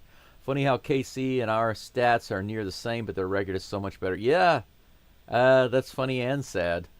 Bad pitch swing out. That's right. Come on, Jose. Yeah, a little late behind. Yeah, I'm behind on reading these. First pitch to India is a strike. Sousa is on the mound again. Here comes the next pitch. It's going to be a hit. India is on base again for the 3rd time. 3 hits for him today.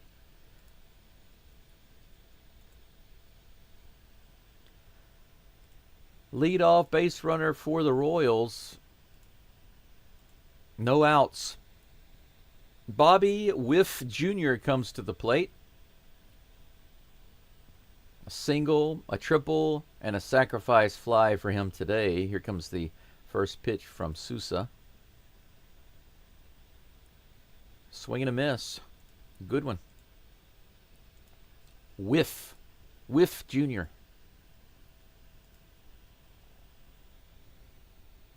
0-1. Here comes the next rock toss from Sousa. Swinging a foul ball. So swinging a whiff, swinging a foul. 0-2.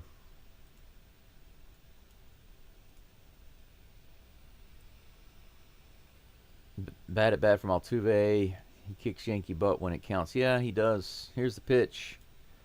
Hit high in the air. Should be playable by Cam Smith. He's under it and puts it away for out number 1. Runner remains at first. That's right, Whiff. Go back to the dugout, boy.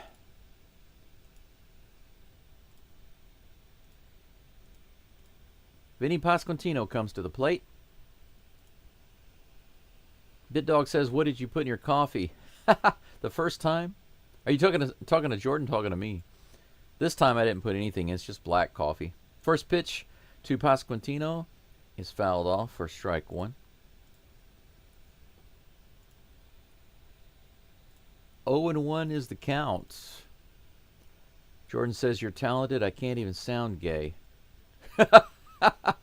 Oh, yeah, BitDog, you're asking me that because of the drinks, right? Maybe I put something in there like vodka. I say nothing. Vinny Pasquantino hits this one way out into left field and just into the stands. Just out of play of DeCinzo. That'll be strike 2.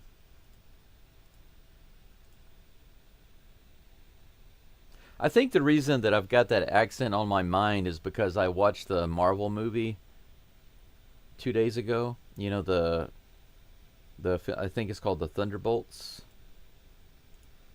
And the guy in there kind of speaks like that. I do a very bad Russian accent. That's fouled off. Count remains 0-2. Whenever he talks to his daughter, he talks like this. When you were little, you not say such things to me. I mean, I do a terrible Russian accent, but yeah, I think that's probably why I've got it on my mind. Here comes the 0-2 pitch. Pasquantino goes up the middle, right at Myers. Myers puts it away. Out number 2.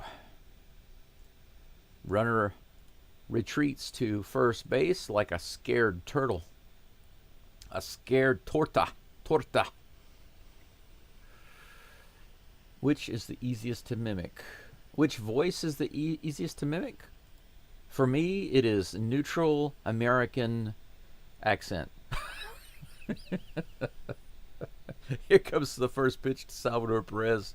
It's a little outside for ball 1. I'm being a little sarcastic, obviously. I'm being very sarcastic because my accent is basically neutral. I guess you could say the baseline American accent. Swing and a miss, low and inside for strike 1. Where would you guys say I'm from if you didn't know where I was from? Just based on my regular speaking voice, where would you guess that I'm from? That's what I'd like to know. Here's the next pitch. Swing and a miss again. 86 mile per hour slider. A couple of decent pitches. Let's see if we can see that replay there. Right in there.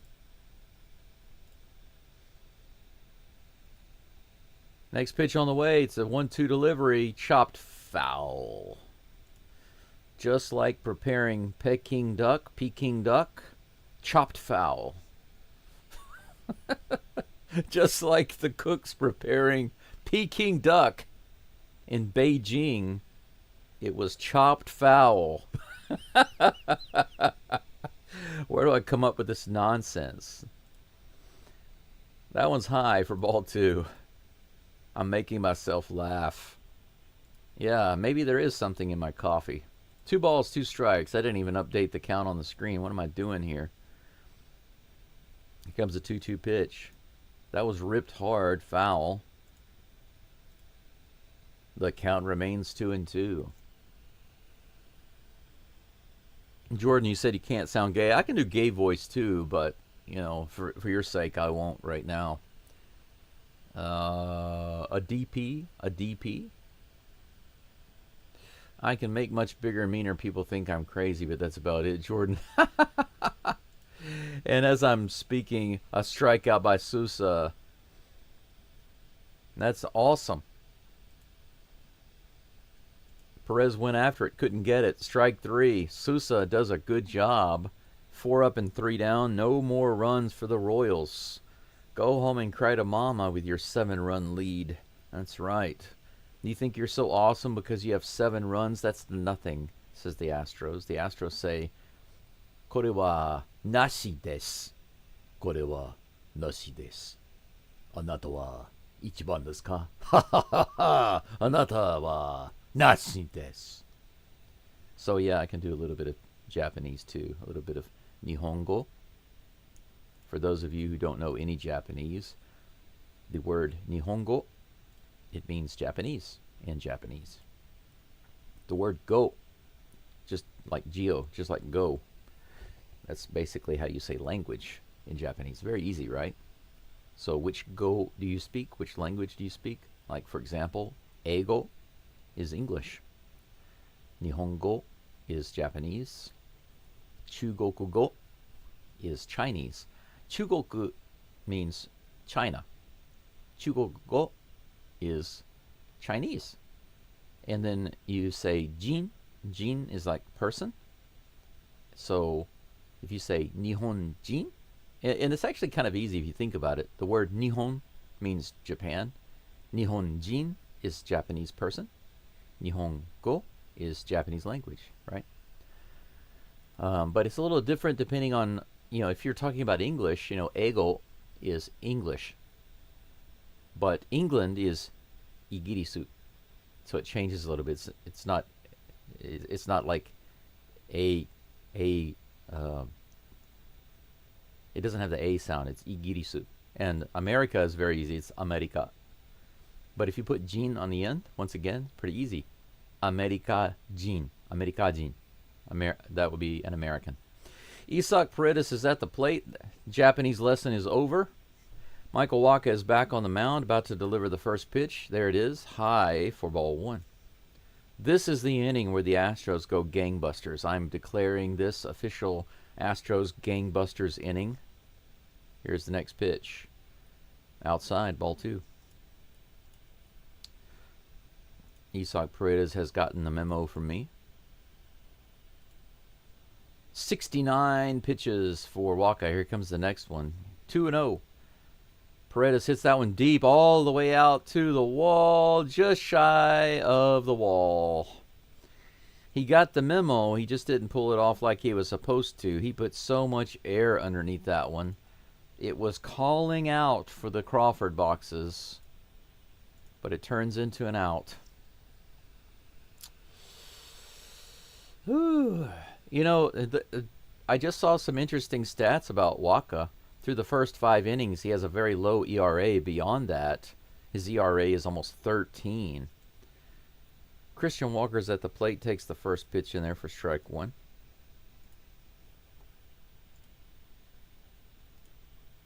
Oh and 1 is the count.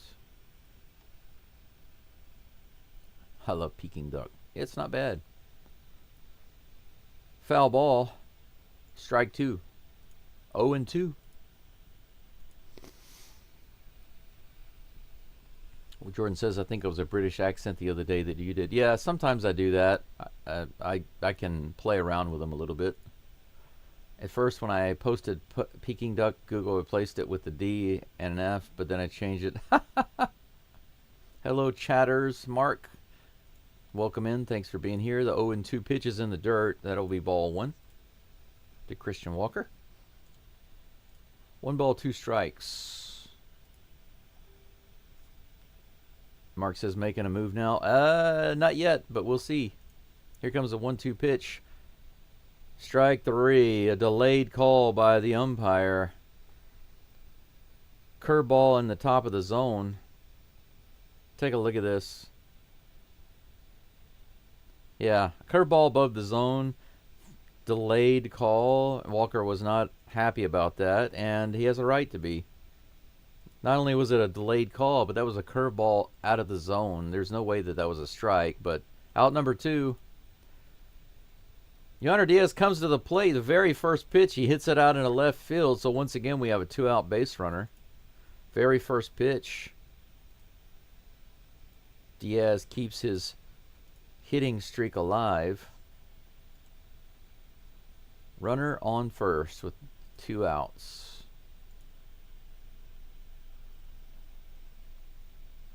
Croker says it looks like I picked up the Astros the same way I left them. Yeah. Welcome back, and probably see you later, right? You're going to go back to bed or go to bed? I can't blame you.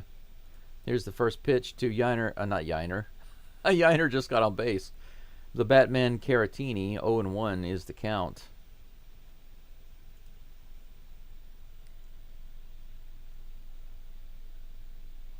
Caratini saying, guys, calm down.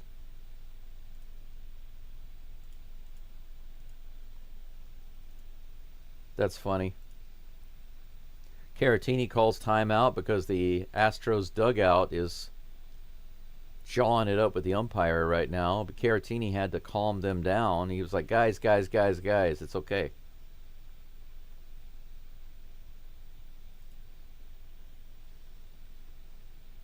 That's funny. Caratini wanted to clarify with the umpire. Did I get charged for a timeout? Low and outside, ball 1. That was strange. Astros dugout started complaining about the calls. Caratini just wanted them to be quiet. Umpire had to jaw a little bit with the dugout. They were giving him the business. And then Caratini wanted to make sure that he didn't lose a timeout, but that was funny. There we go. Strike 2 on the outside edge. The framing continues. 2 outs, 1 ball, 2 strikes. Diaz on first. Here's the pitch to the Batman, and he hits that one to the right side. And that's probably going to end the inning, and it does. That's it. 4 up and 3 down. 79 pitches for Waka in this game, and he hasn't given up a single run so far. He's got himself a shutout going. Astros, it's one of those lopsided games. They give up a ton of runs and score nothing.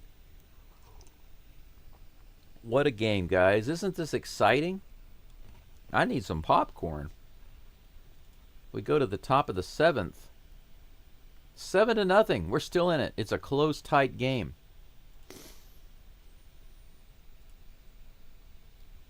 Gudetama.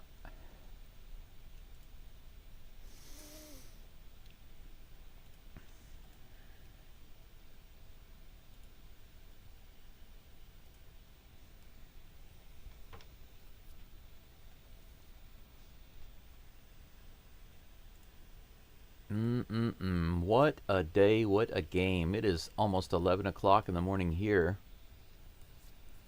The only difficult thing about, well, not the only difficult thing, but the main thing that I don't like about the games being at this time of day is that I miss my favorite thing about the 8 o'clock to 10:30 time frame, and that is the local cafe has a tremendous breakfast for just like $5, maybe even less than $5. But it's fried eggs or scrambled eggs with a salad, sausage, bacon, soup, and a drink bar. All you can drink bar with coffee, cappuccinos, sodas, teas, all sorts of goodies. You can drink as much as you want.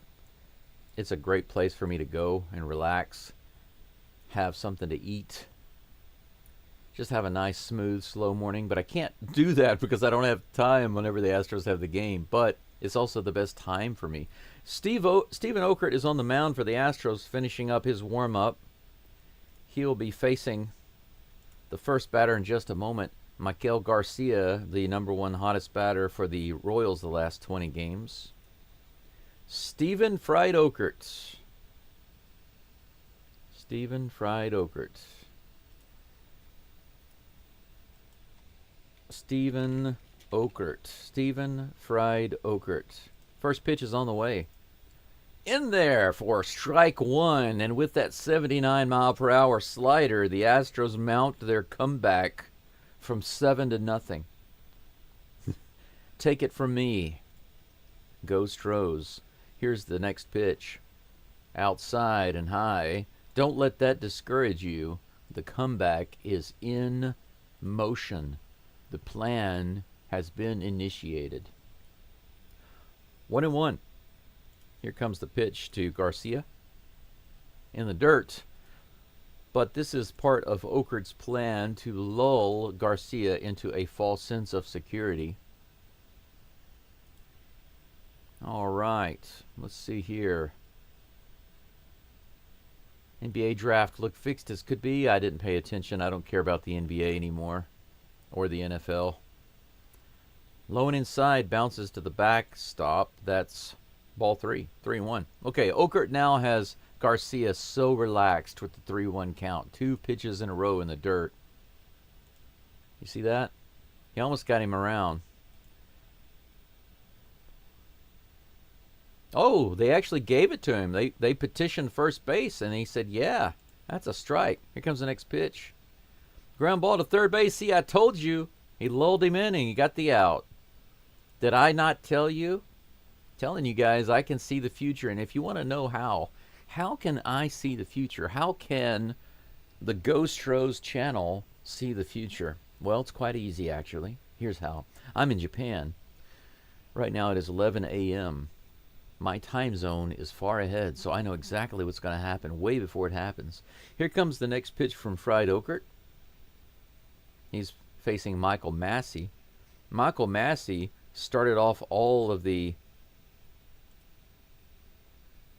discomfort. He's the one that started off all of the discomfort for the Astros. Next pitch, hit in the air to right field. Altuve under it, out number 2. The plan is continuing as planned.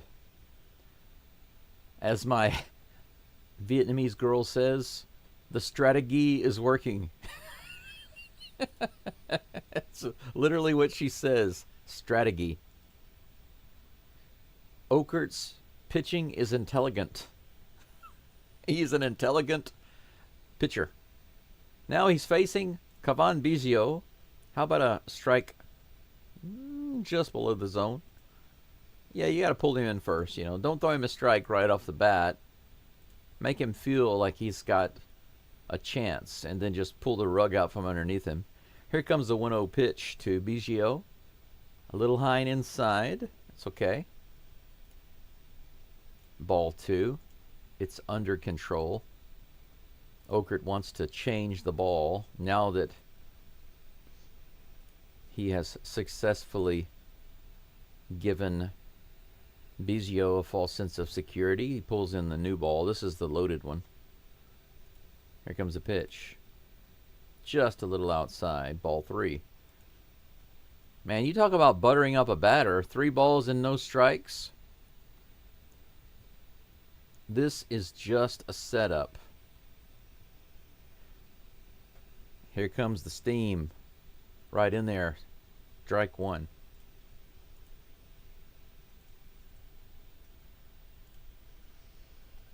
We only need 2 grand salamis. That's right, Jordan, just 2. That's easy. 2 grand salamis. They can slice those for us. Here comes the 3-1 pitch.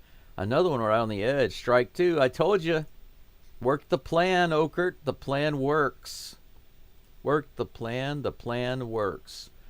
3 balls, 2 strikes, 2 outs. Cavan Biggio was lulled into a false sense of security with a 3-0 count. Now he's going to swing and miss this one for the strikeout because he's scared. You're scared, son. Just say it. He does swing and he fouls it off. Gets a little lucky. Or is this a gift from Okert to make him feel extra confident? Foolishly confident. Overconfident, even. Maybe a few more viewers. Yeah, almost at 20 right now. Here's the pitch. And he hits that one out to right field. Cam Smith comes in and he makes the sliding catch. Look at that. Cam Smith. Work the plan. The plan works, guys. I told you. What a good catch. He even double checks it while he's sliding. Look at that. 2 words I'm thinking are heck and yes. And I'm going to put them together into a compound sentence and say heck yes. Excellent, said the chicken. That's it for the top of the 7th. The Astros now are about to start their damage.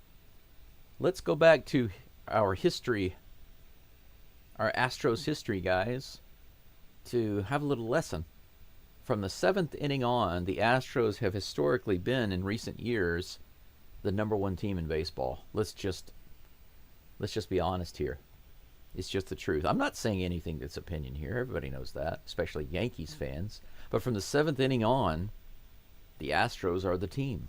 And right now, they're about to put the hurt on the Royals.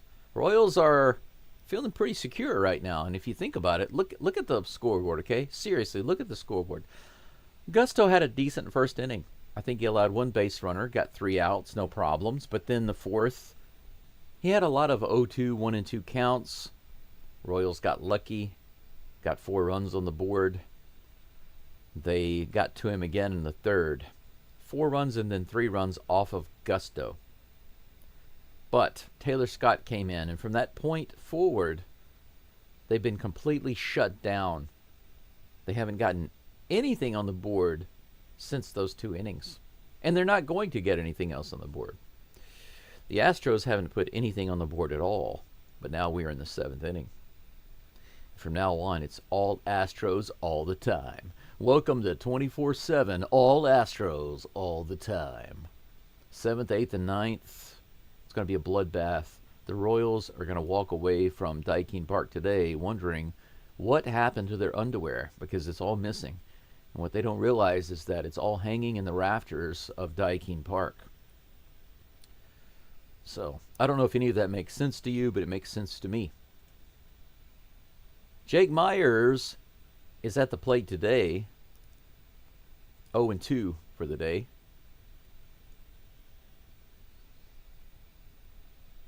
He did have a 10-game hitting streak. It ended yesterday, but he's going to start a new hitting streak right now. Here's the first pitch to Myers. A little low and outside. Ball 1. Myers will be followed by DeCenzo and then Cam Smith, and then we are back to the top of the batting order. Here's the next pitch. Blowing away. Ball 2. Waka is now scared to pitch. This will be his 82nd of the game. Here's the delivery. There we go. What I tell you, all the way out to the wall in left field. Myers starts it off with a double. He's headed into second, no problem, standing up. Well, he slides. He could have been standing up.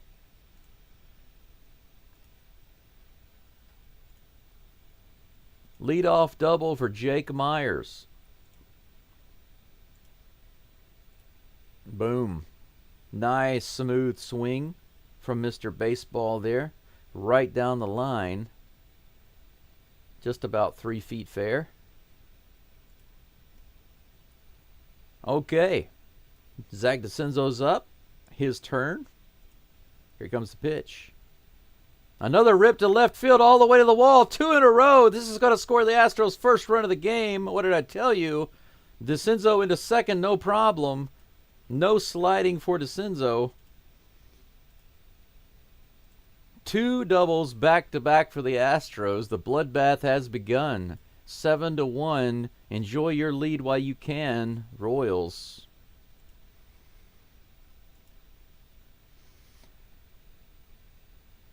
Boom, look at that. Look how similar it is to Myers' hit. About 4 feet maybe inside the line there. Cam Smith's turn. Runner on second, no outs. Here's the pitch. He goes to the left side. There's another hit. DeCenzo to third. Smith, the very first pitch, he goes crazy. 3 straight hits, double, single. Astros with runners on the corners. No outs. Right through the hole.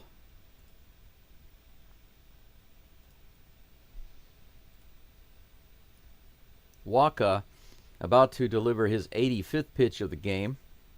And they're having a little meeting on the mound right now. They're like, hey, what's going on? And the pitching coach comes out, and he's covering his mouth, but I can tell you what he's saying. He's like, listen, guys, you may not know this, but I've been following Geaux Stros on the internet, and he talked about a strategy, an intelligent strategy that the Astros are now implementing to come back and win this game and take our underwear away. So just letting you know, there's really not much we can do. So just try to get through this as best you can with your dignity intact, if possible. Everybody's like really disappointed about that, but it is what it is. Just deal with it. 7-1. And that's about to go up. Jeremy Pena is at the plate. It's his turn. Here's the pitch from Waka. Fouls that one back. 0-1 is the count to Pena. That was kind of a weak effort by Waka. 80-mile-per-hour pitch. And they've got two guys warming up because one pitcher is not going to be enough. They're going to try to put two guys on the mound. Here's the second pitch to Pena, a little high. Ball 1. Royals going to try to bring in two pitchers on the mound. Sorry, guys, you can't do that. It's against the rules. You can't have two pitchers at the same time. But there's a strategy, an intelligent strategy. Pena takes a little time out. He realizes that next pitch is not what he wanted. But this pitch will be the one. It is his time. Runners on the corners, no outs. 1-1 to Pena. Here's the pitch. That's inside, ball 2. I love fried okra, says Jordan. Love me some fried okra, too. Here's the 2-1 pitch to Pena. That's smacked way out into right field. It might be deep enough to get a runner in. We'll see. DeCenzo goes for it, and he gets it. DeCenzo scores. 2 runs on the board for the Astros. Pena with a sacrifice fly. 7-2 Astros.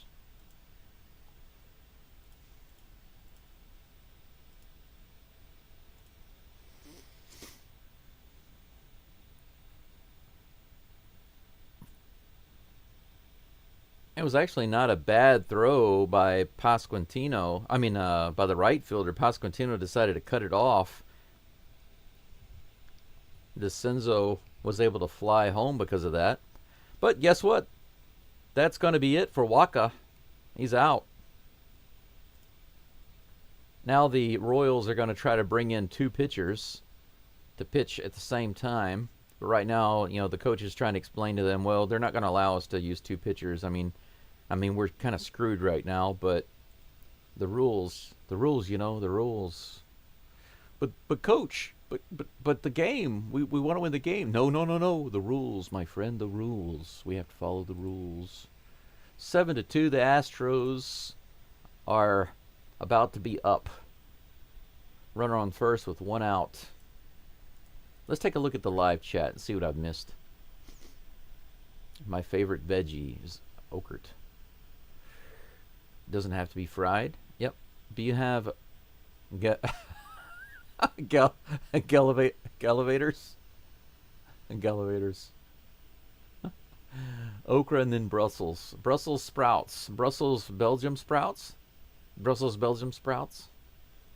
I want to do that one day just to be ridiculous. Just go to Brussels and have Brussels sprouts. I can have the true Brussels sprouts. Woodby says, I don't know whose idea it was to put Cam Smith in right field after never playing the outfield before, but they need a raise. He's been excellent out there. Yeah, he's been really, really good. His athleticism and his speed is excellent. They are excellent. Jordan says third base is a lot harder. That's true. Right field is the easiest place on the field. That's considered the easiest place on the field in baseball, generally. Mark says, wheel bite. What does your name mean? It means bite the wheel, man. Jordan says, I'm watching now. Let's go.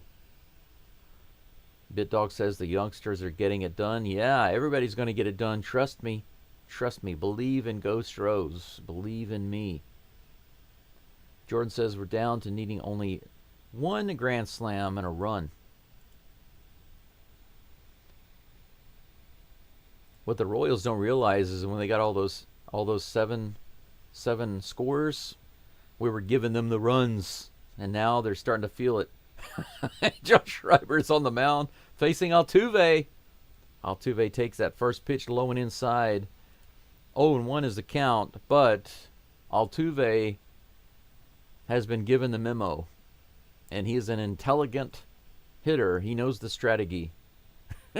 Here's the pitch. Bounces out and foul. Okay, now this is Altuve's reverse strategy. Reverse psychology. The reverse psychology of Altuve to go down 0-2 in the count to make this pitcher, John Schreiber, overconfident. Now here's the pitch. Fouls that one off. Doesn't allow him to throw a strike or get that third strike. Runner on first. 2 runs scored already for the Astros this inning. More to come. It's Altuve's turn. It's his time. Here comes the pitch. A little high and outside. Check swing. Holds up. Doesn't want that. 1 ball, 2 strikes. A skateboarding term. Will bite. Yeah, that's right. That's right. Here comes the pitch to Altuve. No, he goes to first. Cam Smith is back. The crowd boos, but, you know, come on. It's part of baseball.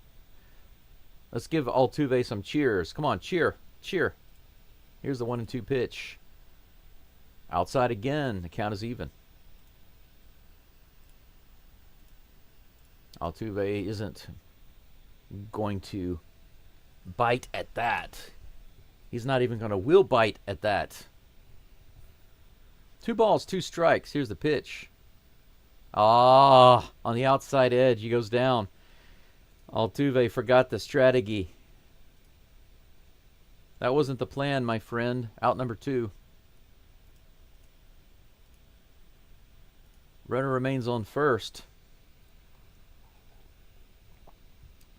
Next pitch from Schreiber is going to come to Isaac the Ball Paredes. Here it comes. Man, that was in the exact same spot as the pitch to Altuve. It's just it wasn't framed well. Ball 1. Come on, Paredes. Put this one into the Crawford boxes. Let's erase that deficit. Follow the strategy. Low. Ball 2. Make him pitch. Make him give you that home run ball. 9th pitch of the inning coming up for Schreiber in just a moment. Here comes the 2-0 delivery.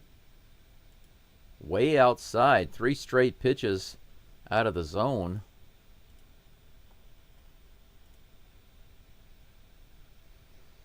Paredes is walked. Then Walker will come to the plate. He will walk to the plate. If there's a walk, Walker will walk to the plate. Here's the pitch. Outside. Ball 4. He does. Paredes walks. And Walker will walk to the plate. 2 runners aboard. Hey, we might get to that grand salami you were talking about earlier. We might be able to slice us up a salami in this inning. Yainer Diaz would be the one to have the opportunity to do it. Here's the first pitch to Walker McWalkerson. Low in the zone. Sweeper. Strike 1. Runner is on first and second. Here in the bottom of the 7th. Here comes the 0-1 pitch to Walker. Outside, ball 1. 5 balls thrown of the last 6 pitches for Schreiber. I haven't had the opportunity to change his picture on the screen. I'm not even sure I have his picture. Here's the next pitch to Walker. In the dirt. Ball 2. That looks like the catcher had a little trouble there with his gear. Oh, the John Schreiber. Do I have him? H-I-J-K. Yeah, I do have Schreiber. Okay. Yeah, it's a really big picture. It's like a mugshot type picture, but Yeah, the catcher got kind of...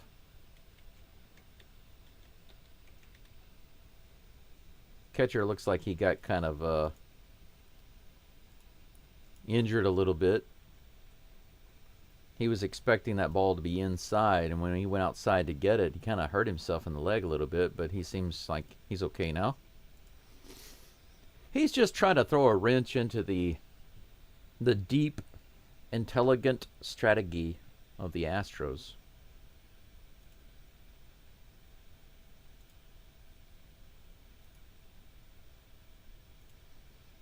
Here comes the 2-1 pitch from Schreiber. Walker fouls it off. 2-2. 94-mile-per-hour fastball. 2-2.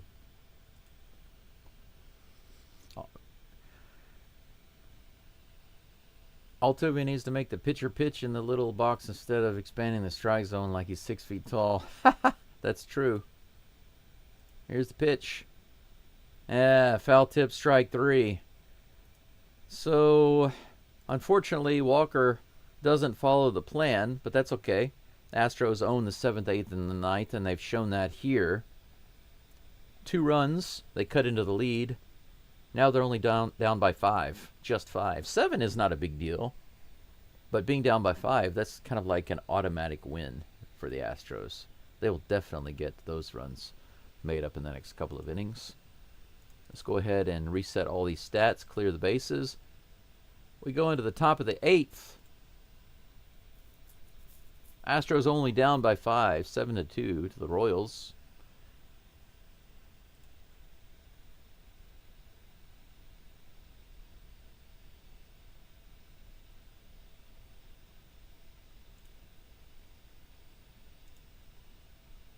Let's see here. What do we have? What do we have? Who's going to be up?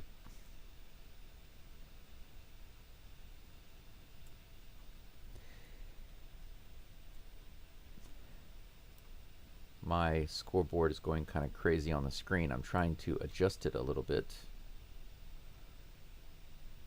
A little bit more. There we go. Yeah, that's a little better. Okay.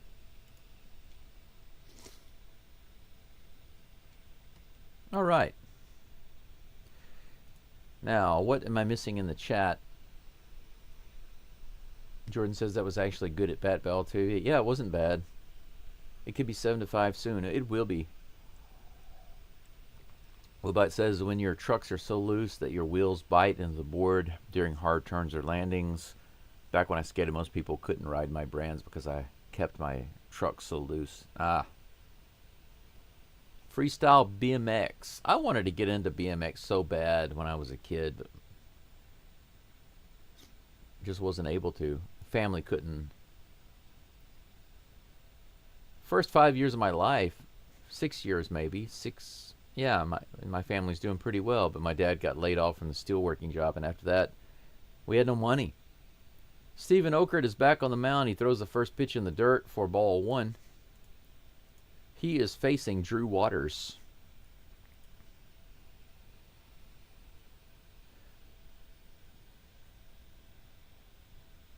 Jordan says, I'm disappointed not having 5 runs. Don't worry about it. It's all good. They got plenty of time left. This one's hit high by Waters out to the right side. Walker's underneath it and puts it away for out number 1. No problem. The thing is, the Royals are done scoring runs for today. They have the runs. Now think about that. Think about the deep meaning there. Right now, the Royals have the runs. The Astros gave the Royals the runs. Okay? The Astros gave the Royals the runs. 1 away. Kyle Isbell's at the plate facing Fried Okert. Low and away. Ball 1. 1-2 is the 1-4-2 rather is Isbell's performance today. He bunts this down the third baseline, but they call it foul.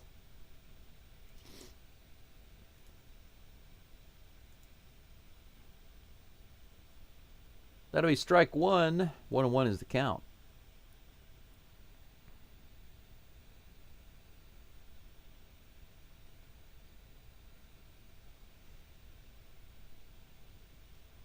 Here comes a 1-1. That's grounded right up to Altuve. It backhands it, and he can't make the transfer.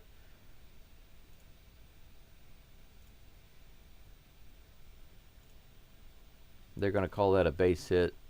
It was a tough play.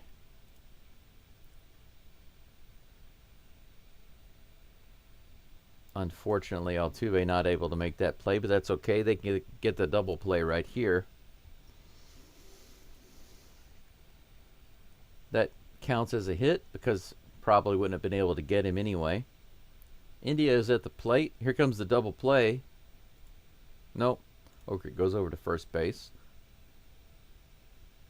Gets the runner back. Keep him close to make that double play easier. India is 3 for 4 today, but what he doesn't realize is that he's about to get the double play ball right here. Here it comes. He hits that one high out into right field, out of play. Strike one. 0-1 is the count. Royal runs. Yes, they have the Royal runs.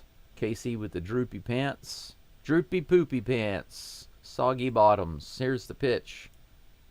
A little high and outside for ball one. Count is even. Even Steven.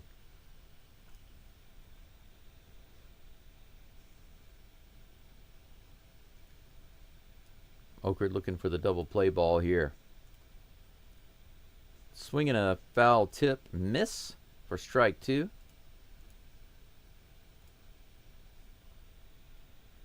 Jonathan India calling timeout. He's giving it his all. He's putting his heart into this game. It's going to feel really sad when he goes 3 for 5 in this game. Still can't win. Here comes the next pitch. Little high and inside. Ball two. Jordan says, have you ever been watching the Astros and just really got hungry for ice cream? Not sure what that means. I've gotten hungry for ice cream in every situation.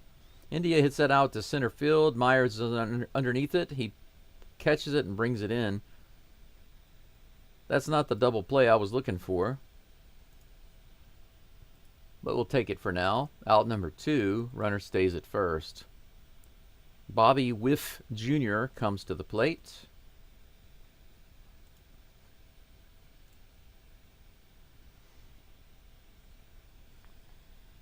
He flew out his last at bat, I believe. Here comes the first pitch. Looks like he's going to fly out again. Cam Smith is out to the warning track, and he puts it away, out number 3. That's it.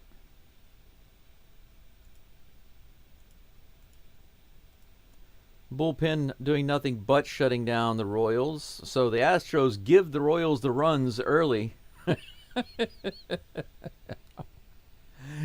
And then from that point on, nothing but constipation for the Royals bats. So that's the tale of the tape for the Astros pitching today. They give the Royals the runs early and then give them constipation. The Astros, on the other hand, were holding back earlier, but now they're letting it loose. The flow is restored. They got 2 last inning, and let's see here. In this inning, I believe that they will get at least 3, if not 4, but 3 this inning for sure. Mark says, time to chill, maybe. Maybe. How many likes do I have? Did I get to 20? I'm still camped out on 16. I can't believe it. We've gone through 3 innings, and my like count for the stream has not changed from 16. I'm finding it difficult to believe.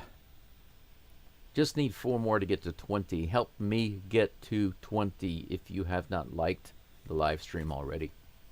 Mark. Oh, no, I'm sorry. Willbite says, injuries are killing the Astros this year.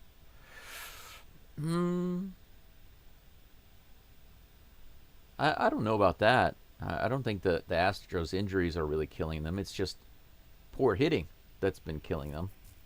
Overall, the pitching has been solid. Some of the best in the MLB. Oh, wait, you can't say that word on YouTube. Hurting the Astros. Yeah, you can't use words like killing and gun and gay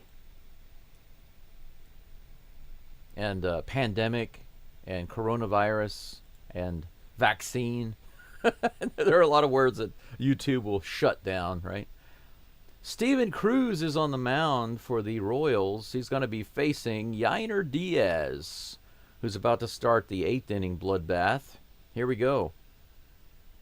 99 outside. A good take by Yainer. That is not what he was looking for. 1 ball, no strikes. He has a hitting streak going, a mini hitting streak so far. Here comes the 1-0 pitch. Low and outside. Another 99 missing the mark. You're going to have to do a little better than that if you expect to accomplish anything against the homeschooled Yainer Diaz. Here comes the 2-0 pitch. There we go to right field. It's going to be down all the way to the wall. Another double for the Astros. He fumbles with it. Diaz gets 2, standing up. Ahí es no problema. Good job on the opposite field hit. Just beautiful.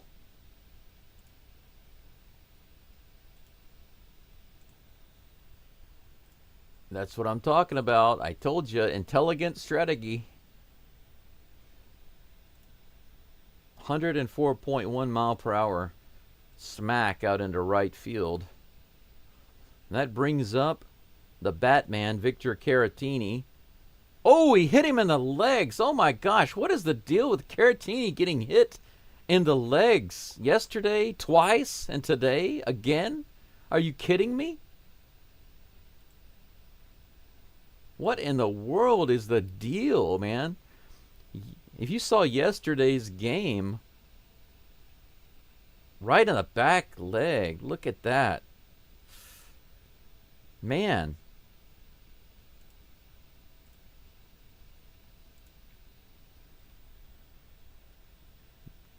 Yeah, the trainer is out there checking on him. Or the first base coach is checking on him, but he seems okay. Man, if you saw the game yesterday, he fouled one off of his leg and he really hurt himself. And then in the next at bat, he got hit by a pitch in the leg again and got hurt. Now he's hitting the leg again. 3 freaking times in 2 games. 2 runners on with no outs. Jake Myers, Mr. Baseball, is at the plate. And that goes to the backstop. The runners are easily going to advance to second and third. How do you like that? Yeah, see, this Royals pitcher, he's got speed, but his control is garbage right now.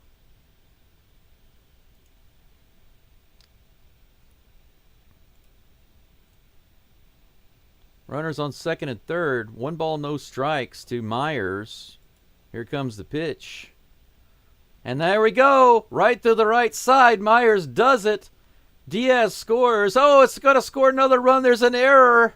2-run score. Myers with a double. No outs. Diaz. Caratini. 2 more runs for the Astros. 7-4.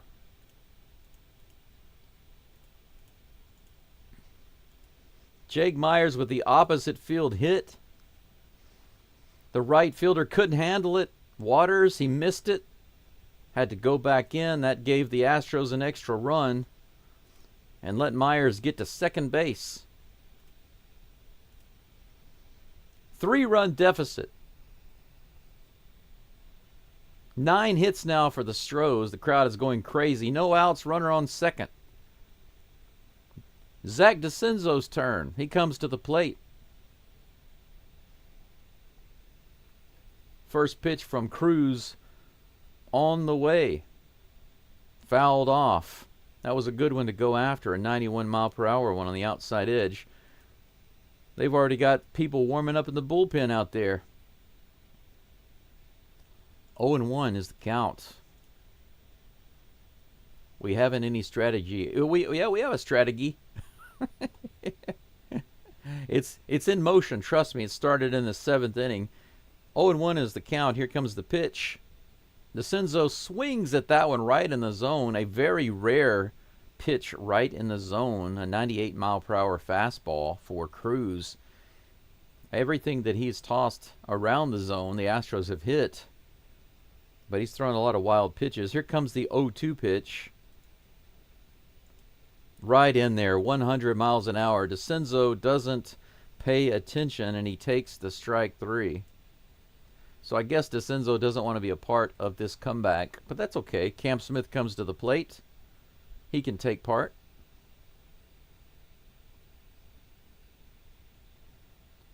No worries. I could go for an ice cream right now, actually, now that I think about it, but I can always go for an ice cream. I love ice cream. Reddit's a lot worse. They have a 12-year-old mod. I just deleted Reddit. I stopped doing Reddit a long time ago. It's garbage. You're right.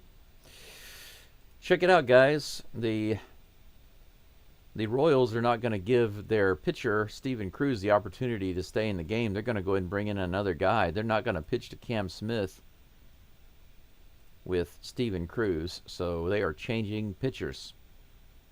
Jordan says, we'd be tied had we got that 7-5 last inning.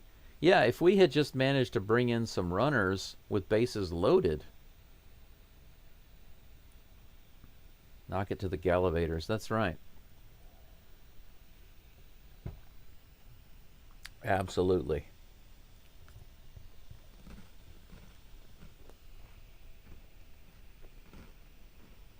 Now that there's a break, they've got a pitcher warming up. I will actually go grab myself a tiny ice cream stick. I'll be right back.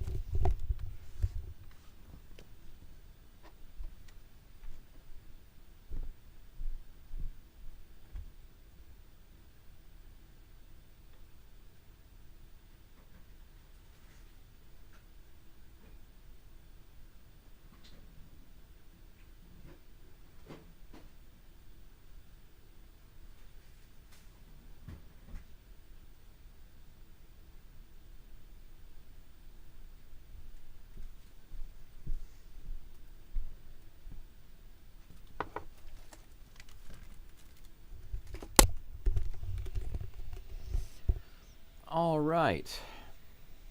I made it back before the first pitch. Who's on the mound now for the Runzels, the Kansas City Runzels? Whoever it is, the first pitch is on. It's Lucas Ertzing. Cam Smith is at the plate, swinging a miss on that first pitch. 0-1. 16.2 innings for Ertzing. Urseg, is that how you say his name? That one's in there for strike 1, a slider. Good pitch. That one was a good one to smack, Cam. 10 hits for the Astros and the Royals. Runner on second with 1 out. Here's the pitch to Cam. Crank it up. Here's the pitch. Low and away. Ball 1. Ursig. Ursig sounds like the name of a constellation or something. Ursig Minor. Maybe he is Ursig Minor. Oh, that one gets away. Another one in the dirt. Myers will go to third base, no problem. He slides in there, but he didn't need to. Runners at third with 1 out. It's not going to take much on the shoulders of Cam Smith to make that happen. That one bounced a couple of feet before the plate. Almost impossible for the catcher to do anything there. Man, he's had to deal with some stuff this inning. Here's the 2-2. It's hit to the third base side. India has a little trouble with it, but that's going to score another run. Myers gets home. Myers scores as Cam Smith gets thrown out at first base. 2 away, but Astros now down just by 2 runs. What did I say? Did I not tell you the Astros were going to get 3 runs in this inning at least? I told you guys you need to listen. You need to listen. That brings up Jeremy Pena. He takes the first pitch in the bottom outside of the zone. 99-mile-per-hour strike. A little bit of a fizz-ass ball. Fizz-assed. Here comes the 0-1 delivery. Way outside, another kind of a wild pitch there. Barely caught by the catcher. I think that's got to hurt him. He had to twist over and get that earlier, and he got injured. Here comes a 1-1 delivery. No runners on right now, but it doesn't matter to Pena. He hits that one out to left field. It's going to be playable. Oh, the center fielder and left fielder almost run into each other there. That was almost a disaster.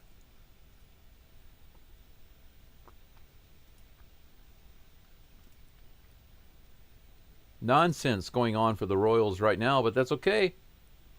The Astros get those 3 runs that I told you they were going to get. I told you.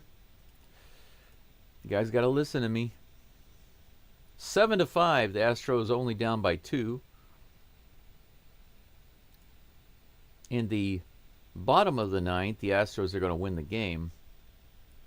So the 7th, the 8th, and the 9th, bloodbath. Bloodbath time. 2 runs scored in the 7th. 3 runs scored in the 8th. Now, here's my prediction. 4 runs scored in the 9th. You might ask, how is that possible? How are the Astros going to score 4 runs in the 9th? Well, you'll see. Just wait and see, because it's going to be 2-3-4 for the Astros. 9-7, this game will end. Astros 9, KC 7.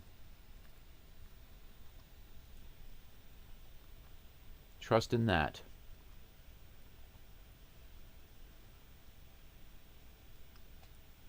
Need some 2-out lightning. Oh, we got the lightning coming, baby. Jordan says, beef more strategy. Strategy. Beef more strategy. Need more strategy. Beef more strategy. Beef. We beef more strategy. Should be 8-7 now. It's okay. This game is going to wind up 9-7, my friend. Astros 9, Royals 7. Just you wait and see. Just you wait and see.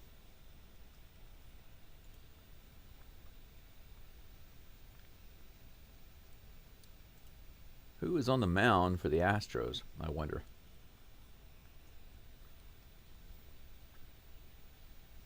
Caleb Ort. Caleb Ort is up.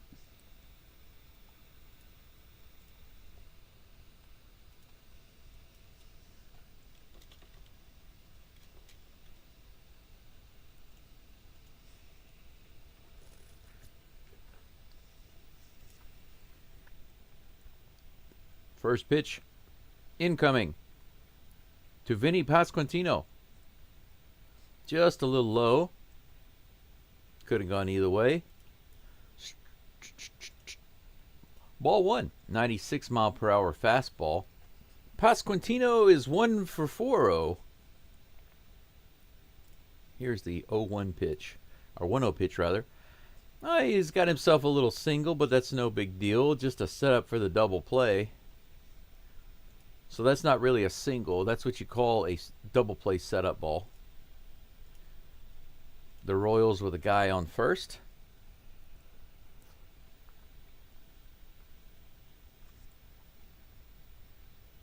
Salvador Perez at the plate. 0 for 4 with 3 strikeouts and a flyout. A little bit of an injury. He hurt himself behind the plate earlier. With a little twist to get the ball. He hits this one out to right field, and it's going to be in the stands. 97-mile-per-hour foul off. Strike 1. He's the ideal candidate for the double play ball.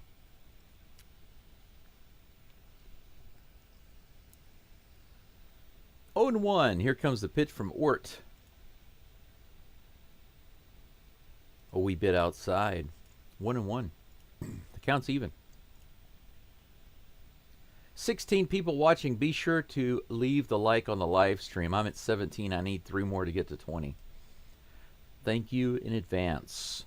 Mai ni arigatou gozaimasu. Here's the next pitch from Ort. 1-1. He gets the swing and a miss. 96-mile-per-hour fastball up in the top of the zone, actually above the zone.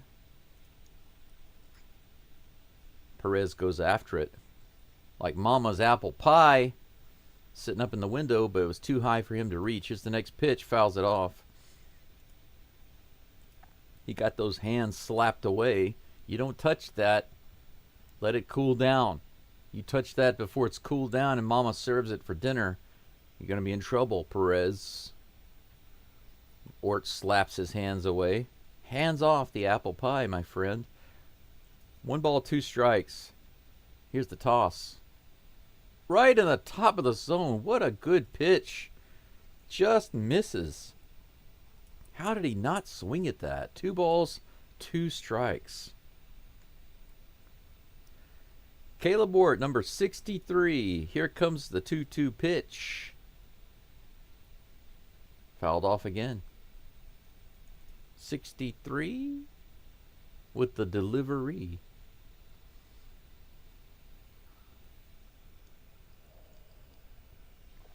Salvador's going to take a little extra time with the timeout.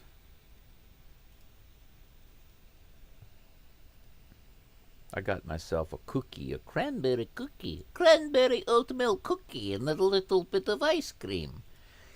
Here's the pitch.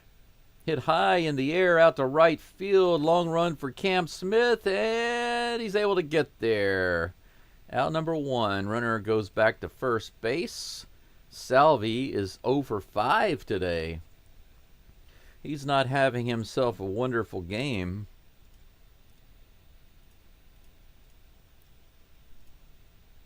That brings up Michael Garcia, another guy who's not doing well this game. 0 for 4. He was coming into this game on fire, but the Astros threw some gasoline on him, and now he's not enjoying it. Unlike McDonald's, he's not loving it. He hits this one out to Myers. This time Smith backs off right at the last minute and lets Jake Myers handle it. Good grief, man. Smith. Come on, man. Let the veteran handle it. Look at this. I wish he would come off that a little sooner. Look at this. Right over Smith's head. Nuts. You know, the thing is, it's like, if you think about it, Myers and Smith are really fast, so they can both get there, but center fielder needs to take that. Smith needs to back off. Here's the first pitch to Michael Massey. Ooh, right in the top of the zone. Some people say Rembrandt, some people say Caravaggio, but my favorite painter right now is Caleb Ort. I prefer Ort. Here's the pitch. Ground out onto first base. Walker scoops it up, and that's it. All right, guys, this is it. This is where the Astros come up and get 4 runs. I've already called it. It's 2-3-4. 2 runs in the 7th, 3 runs in the 8th, 4 runs in the 9th. The Astros win at 9-7. That's what it's going to be. It's not a prediction. I'm just telling you from the future. Telling you from the future. Bottom of the 9th. The Astros gave the Royals the runs early, and then they became constipated. So here's the thing. First inning through the 6th inning, you can do what you want. But from the 7th inning on, it's just like a 24-hour Houston channel. It's all Astros all the time, baby. Smith said he gets bored out there. He's used to being in the action at third. Well, you know what? I haven't seen Cam Smith at third, but after seeing Paredes at third, because I was very skeptical, I'm going to be honest. I I got to be pretty comfortable seeing Bregman at third. He's really solid. He's good at making really difficult plays. You know, he's also very good at catching every fly ball that goes foul. Every foul ball, no matter where it is, it's like Bregman was just able to get to it. I felt pretty comfortable with Bregman at third base. So when Paredes came in, I was like, I don't know. How am I going to feel about this guy at third base? But Paredes and Walker, they are freaking awesome. And Pena has just become so much better and consistent with his performance at short. So the Astros have a really solid defense right now, just really solid. I think right now probably the best, even though at the beginning of the year everybody was talking about they don't have any arms in the outfield. But heck, when you got guys who can run so fast, I mean, right now you got DeCenzo, Myers, and Smith in the outfield. Those guys can cover a ton of ground.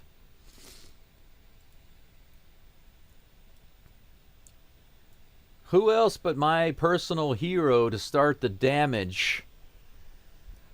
The Astros have built the coffin, the casket for the Royals.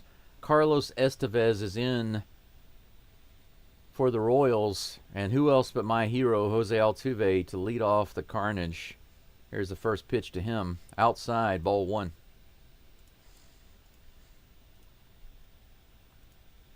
Altuve, Paredes, and Walker. 1 for 4 Altuve with the infield hit today. Here comes the 1-0 pitch. In the dirt, ball two. Estevez scared to pitch to this guy.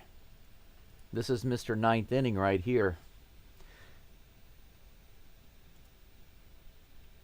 Here's the next pitch. Altuve swings that one and taps it foul. Just gets a piece of it. 1-2.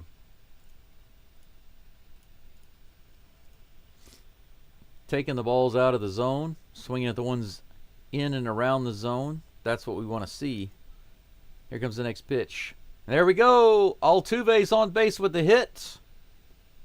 Second hit of the game for Altuve. His first one in the outfield. We've got our leadoff base runner.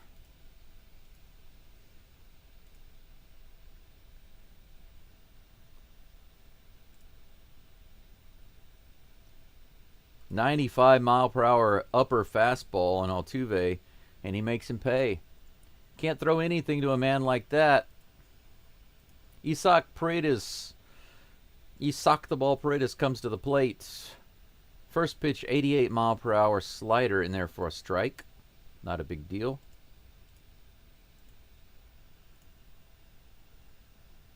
Oh, and 1. He calls timeout.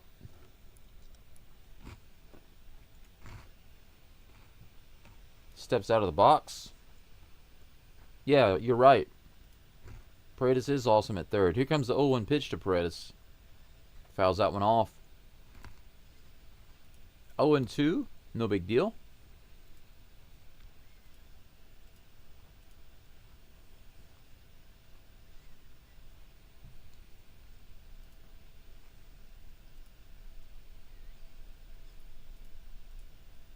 Foul ball. Count remains 0-2. Jordan says, I now know why Paredes always said he wasn't worried about replacing Bregman at third.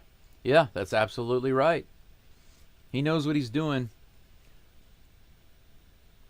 0-2, here's the pitch. That's hit, fly ball into left. Too much air underneath it. It's going to be caught for out number 1. That's okay. We got 3 outs. Plenty of time to get those 4 runs. Just stayed up a little too high and he got underneath it too much, that's all.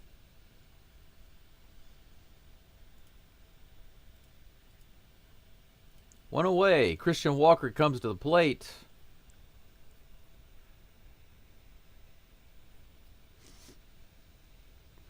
Estevez gets a new ball. First pitch coming from Estevez. Right in the middle of the plate, the 96-mile-per-hour fastball, swing and a miss by Walker. Now he knows what to expect from the fastball. He can get around on it if he sees it again. 10th pitch of the inning coming up for Estevez. Here's the delivery. High and inside for ball one. Good take. Don't swing at that garbage. Altuve on first base. Astros need 2 to tie it. Walker could put it in the Crawford boxes and do that right here. Here's the delivery. Fouls it off. 90-mile-per-hour slider. 1 ball, 2 strikes. 2-run shot right here, and then another 2-run shot, and this game is 9-7. So who's it going to be? Walker and then Caratini? Is that what we're going to see for the 2 2-run shots? 1 ball, 2 strikes to Walker. Here comes the pitch. Fouled back. Is it going to be playable? Oh, luckily it doesn't stay up in the air very long. The catcher and the first baseman are not able to get over there. Count remains 1 ball, 2 strikes. A dozen pitches now for Estevez.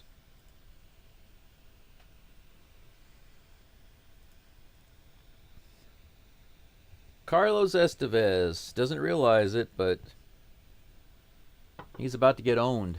He's in the process of getting owned right now. Astros are going to continue giving him the business.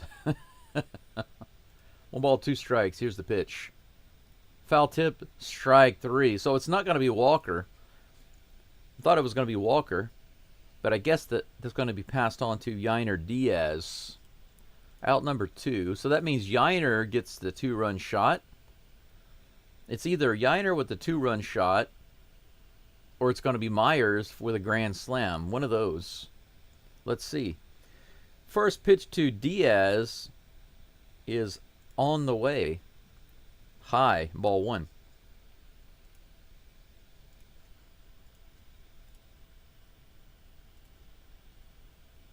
Altuve on base, just waiting to be driven in.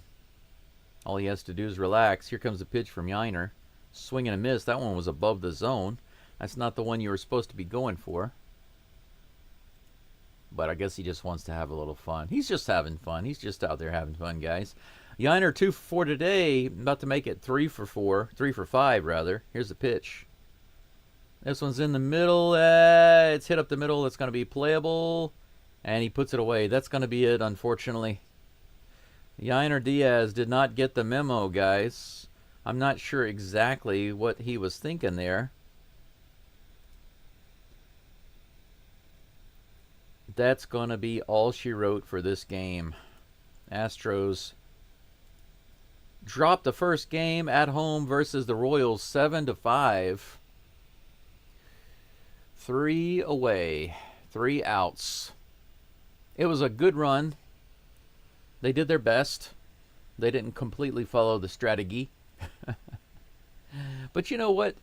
Not too bad. You know, score 5 runs in 2 innings. Too bad they didn't show up earlier in the game and give Gusto a little bit of run support. Let's do a quick game recap and then I'm going to be out of here. Top of the second, Massey homered. That started the scoring. Royals 1-0. Top of the second, India singled. Isbell scored 2-0. Top of the second, Whiff Jr. tripled. India scored 3-0. Top of the second again, Pasquantino singled to center. Whiff scored 4-0. 4 runs in the second inning for the Royals. In the in the third inning, they would score some more. Waters singled to left, scoring Massey, 5-0. India singled to left, scoring Biggio, 6-0. Whiff Jr. sacrificed to center, 7-0 Royals. So in the top of the third, the Astros were already down 7 runs. After that, the Astros pitching staff completely shut down the Royals. They didn't get anything else for the rest of the game. But the Astros didn't start scoring until the 7th inning. DeCenzo doubled, scoring Myers 7-1. Pena hit a sacrifice fly, scoring DeCenzo 7-2. In the bottom of the 8th, Myers singled, scoring Diaz on an error, and Caratini scored on a fielding error 7-4. Smith grounded out to third. Myers scored on that play, 7-5. And the Astros couldn't get it done in the ninth. They just lost by 2, getting all of their runs in the 7th and the 8th. Poor Gusto will get the loss today. He gave up 5 runs directly and then 2 more from leaving the bases loaded. So he had 7 earned runs today. He had a completely uncharacteristic game. Not sure what happened, but the Astros relievers actually completely shut down the Royals after that. They didn't do anything. The Astros started hitting the ball and scoring, but it was too late. They didn't put up enough. Just wanted to say thank you guys for being here today. Thank you for all the likes. 2 likes shy of 20. Didn't get to 20 today, but it's understandable because the Astros, when they're not performing well, just don't have as many views on the channel. Just wanted to say thanks for being here. Thanks for the likes. And especially all the comments. Lots of comments in the live chat. Lots of action in the live chat. Will Bite says it started badly and it cost them. That's true. Absolutely, you're right on. It was losing control early that cost them the game. I thought we'd win 7-5 better than 7-0. Yeah, I agree. 5 runs once again. I mean, think about the game the other day when they lost 12-8. They scored 8 runs that game. That's crazy. So it seems like they're scoring runs when they either don't need them, they don't need so many, they score a ton when they don't need so many, or they score a ton when they've given up a double ton. You know, why can't they just score? Why can't they score 5 when they give up 3 runs? You know, they don't make a lot of sense. The Astros, the way they score runs this season. It's kind of a carryover a little bit from last year, right? But that's just the way it is. That's going to be it for me today. I will be back for Game 2 tomorrow. Tomorrow's game, let's see what time. I think it's going to be similar. I think tomorrow's game is the same. Let me take a quick looky-see. Yeah, actually, the next 2 games, Game 2 and Game 3, are the same time. So, Astros, Game 2 tomorrow, Game 3 on Friday. I'm sorry, on Wednesday. These are the same time as today's game. They're immediately going to go to Texas and play a 4-game series. So, 1, 2, 3, 4, 5. The next 5 games, I'm going to be doing all of those games. But on Sunday, the 18th, I might not be calling that game Game 4 against Texas, because it's at 2 in the morning. We'll see. It depends on how I feel. I'm going to be out at my house. I'm moving to my old house. And for those of you who are interested, if you want to follow me on my my YouTube channel, my other YouTube channel, I can show you that link right quick. I'll just give you the link. I don't mind plugging it because I'm about to move out there. I'm going to be live streaming my games from out there. I've got my internet connection going, but this is actually my old Japanese house channel, so if you guys are interested in that, you can follow. If not, then I'll see you again here on Geaux Stros. But until tomorrow, that's all I have to say. Thank you again for the support. The only thing left to say, as usual, is Geaux Stros.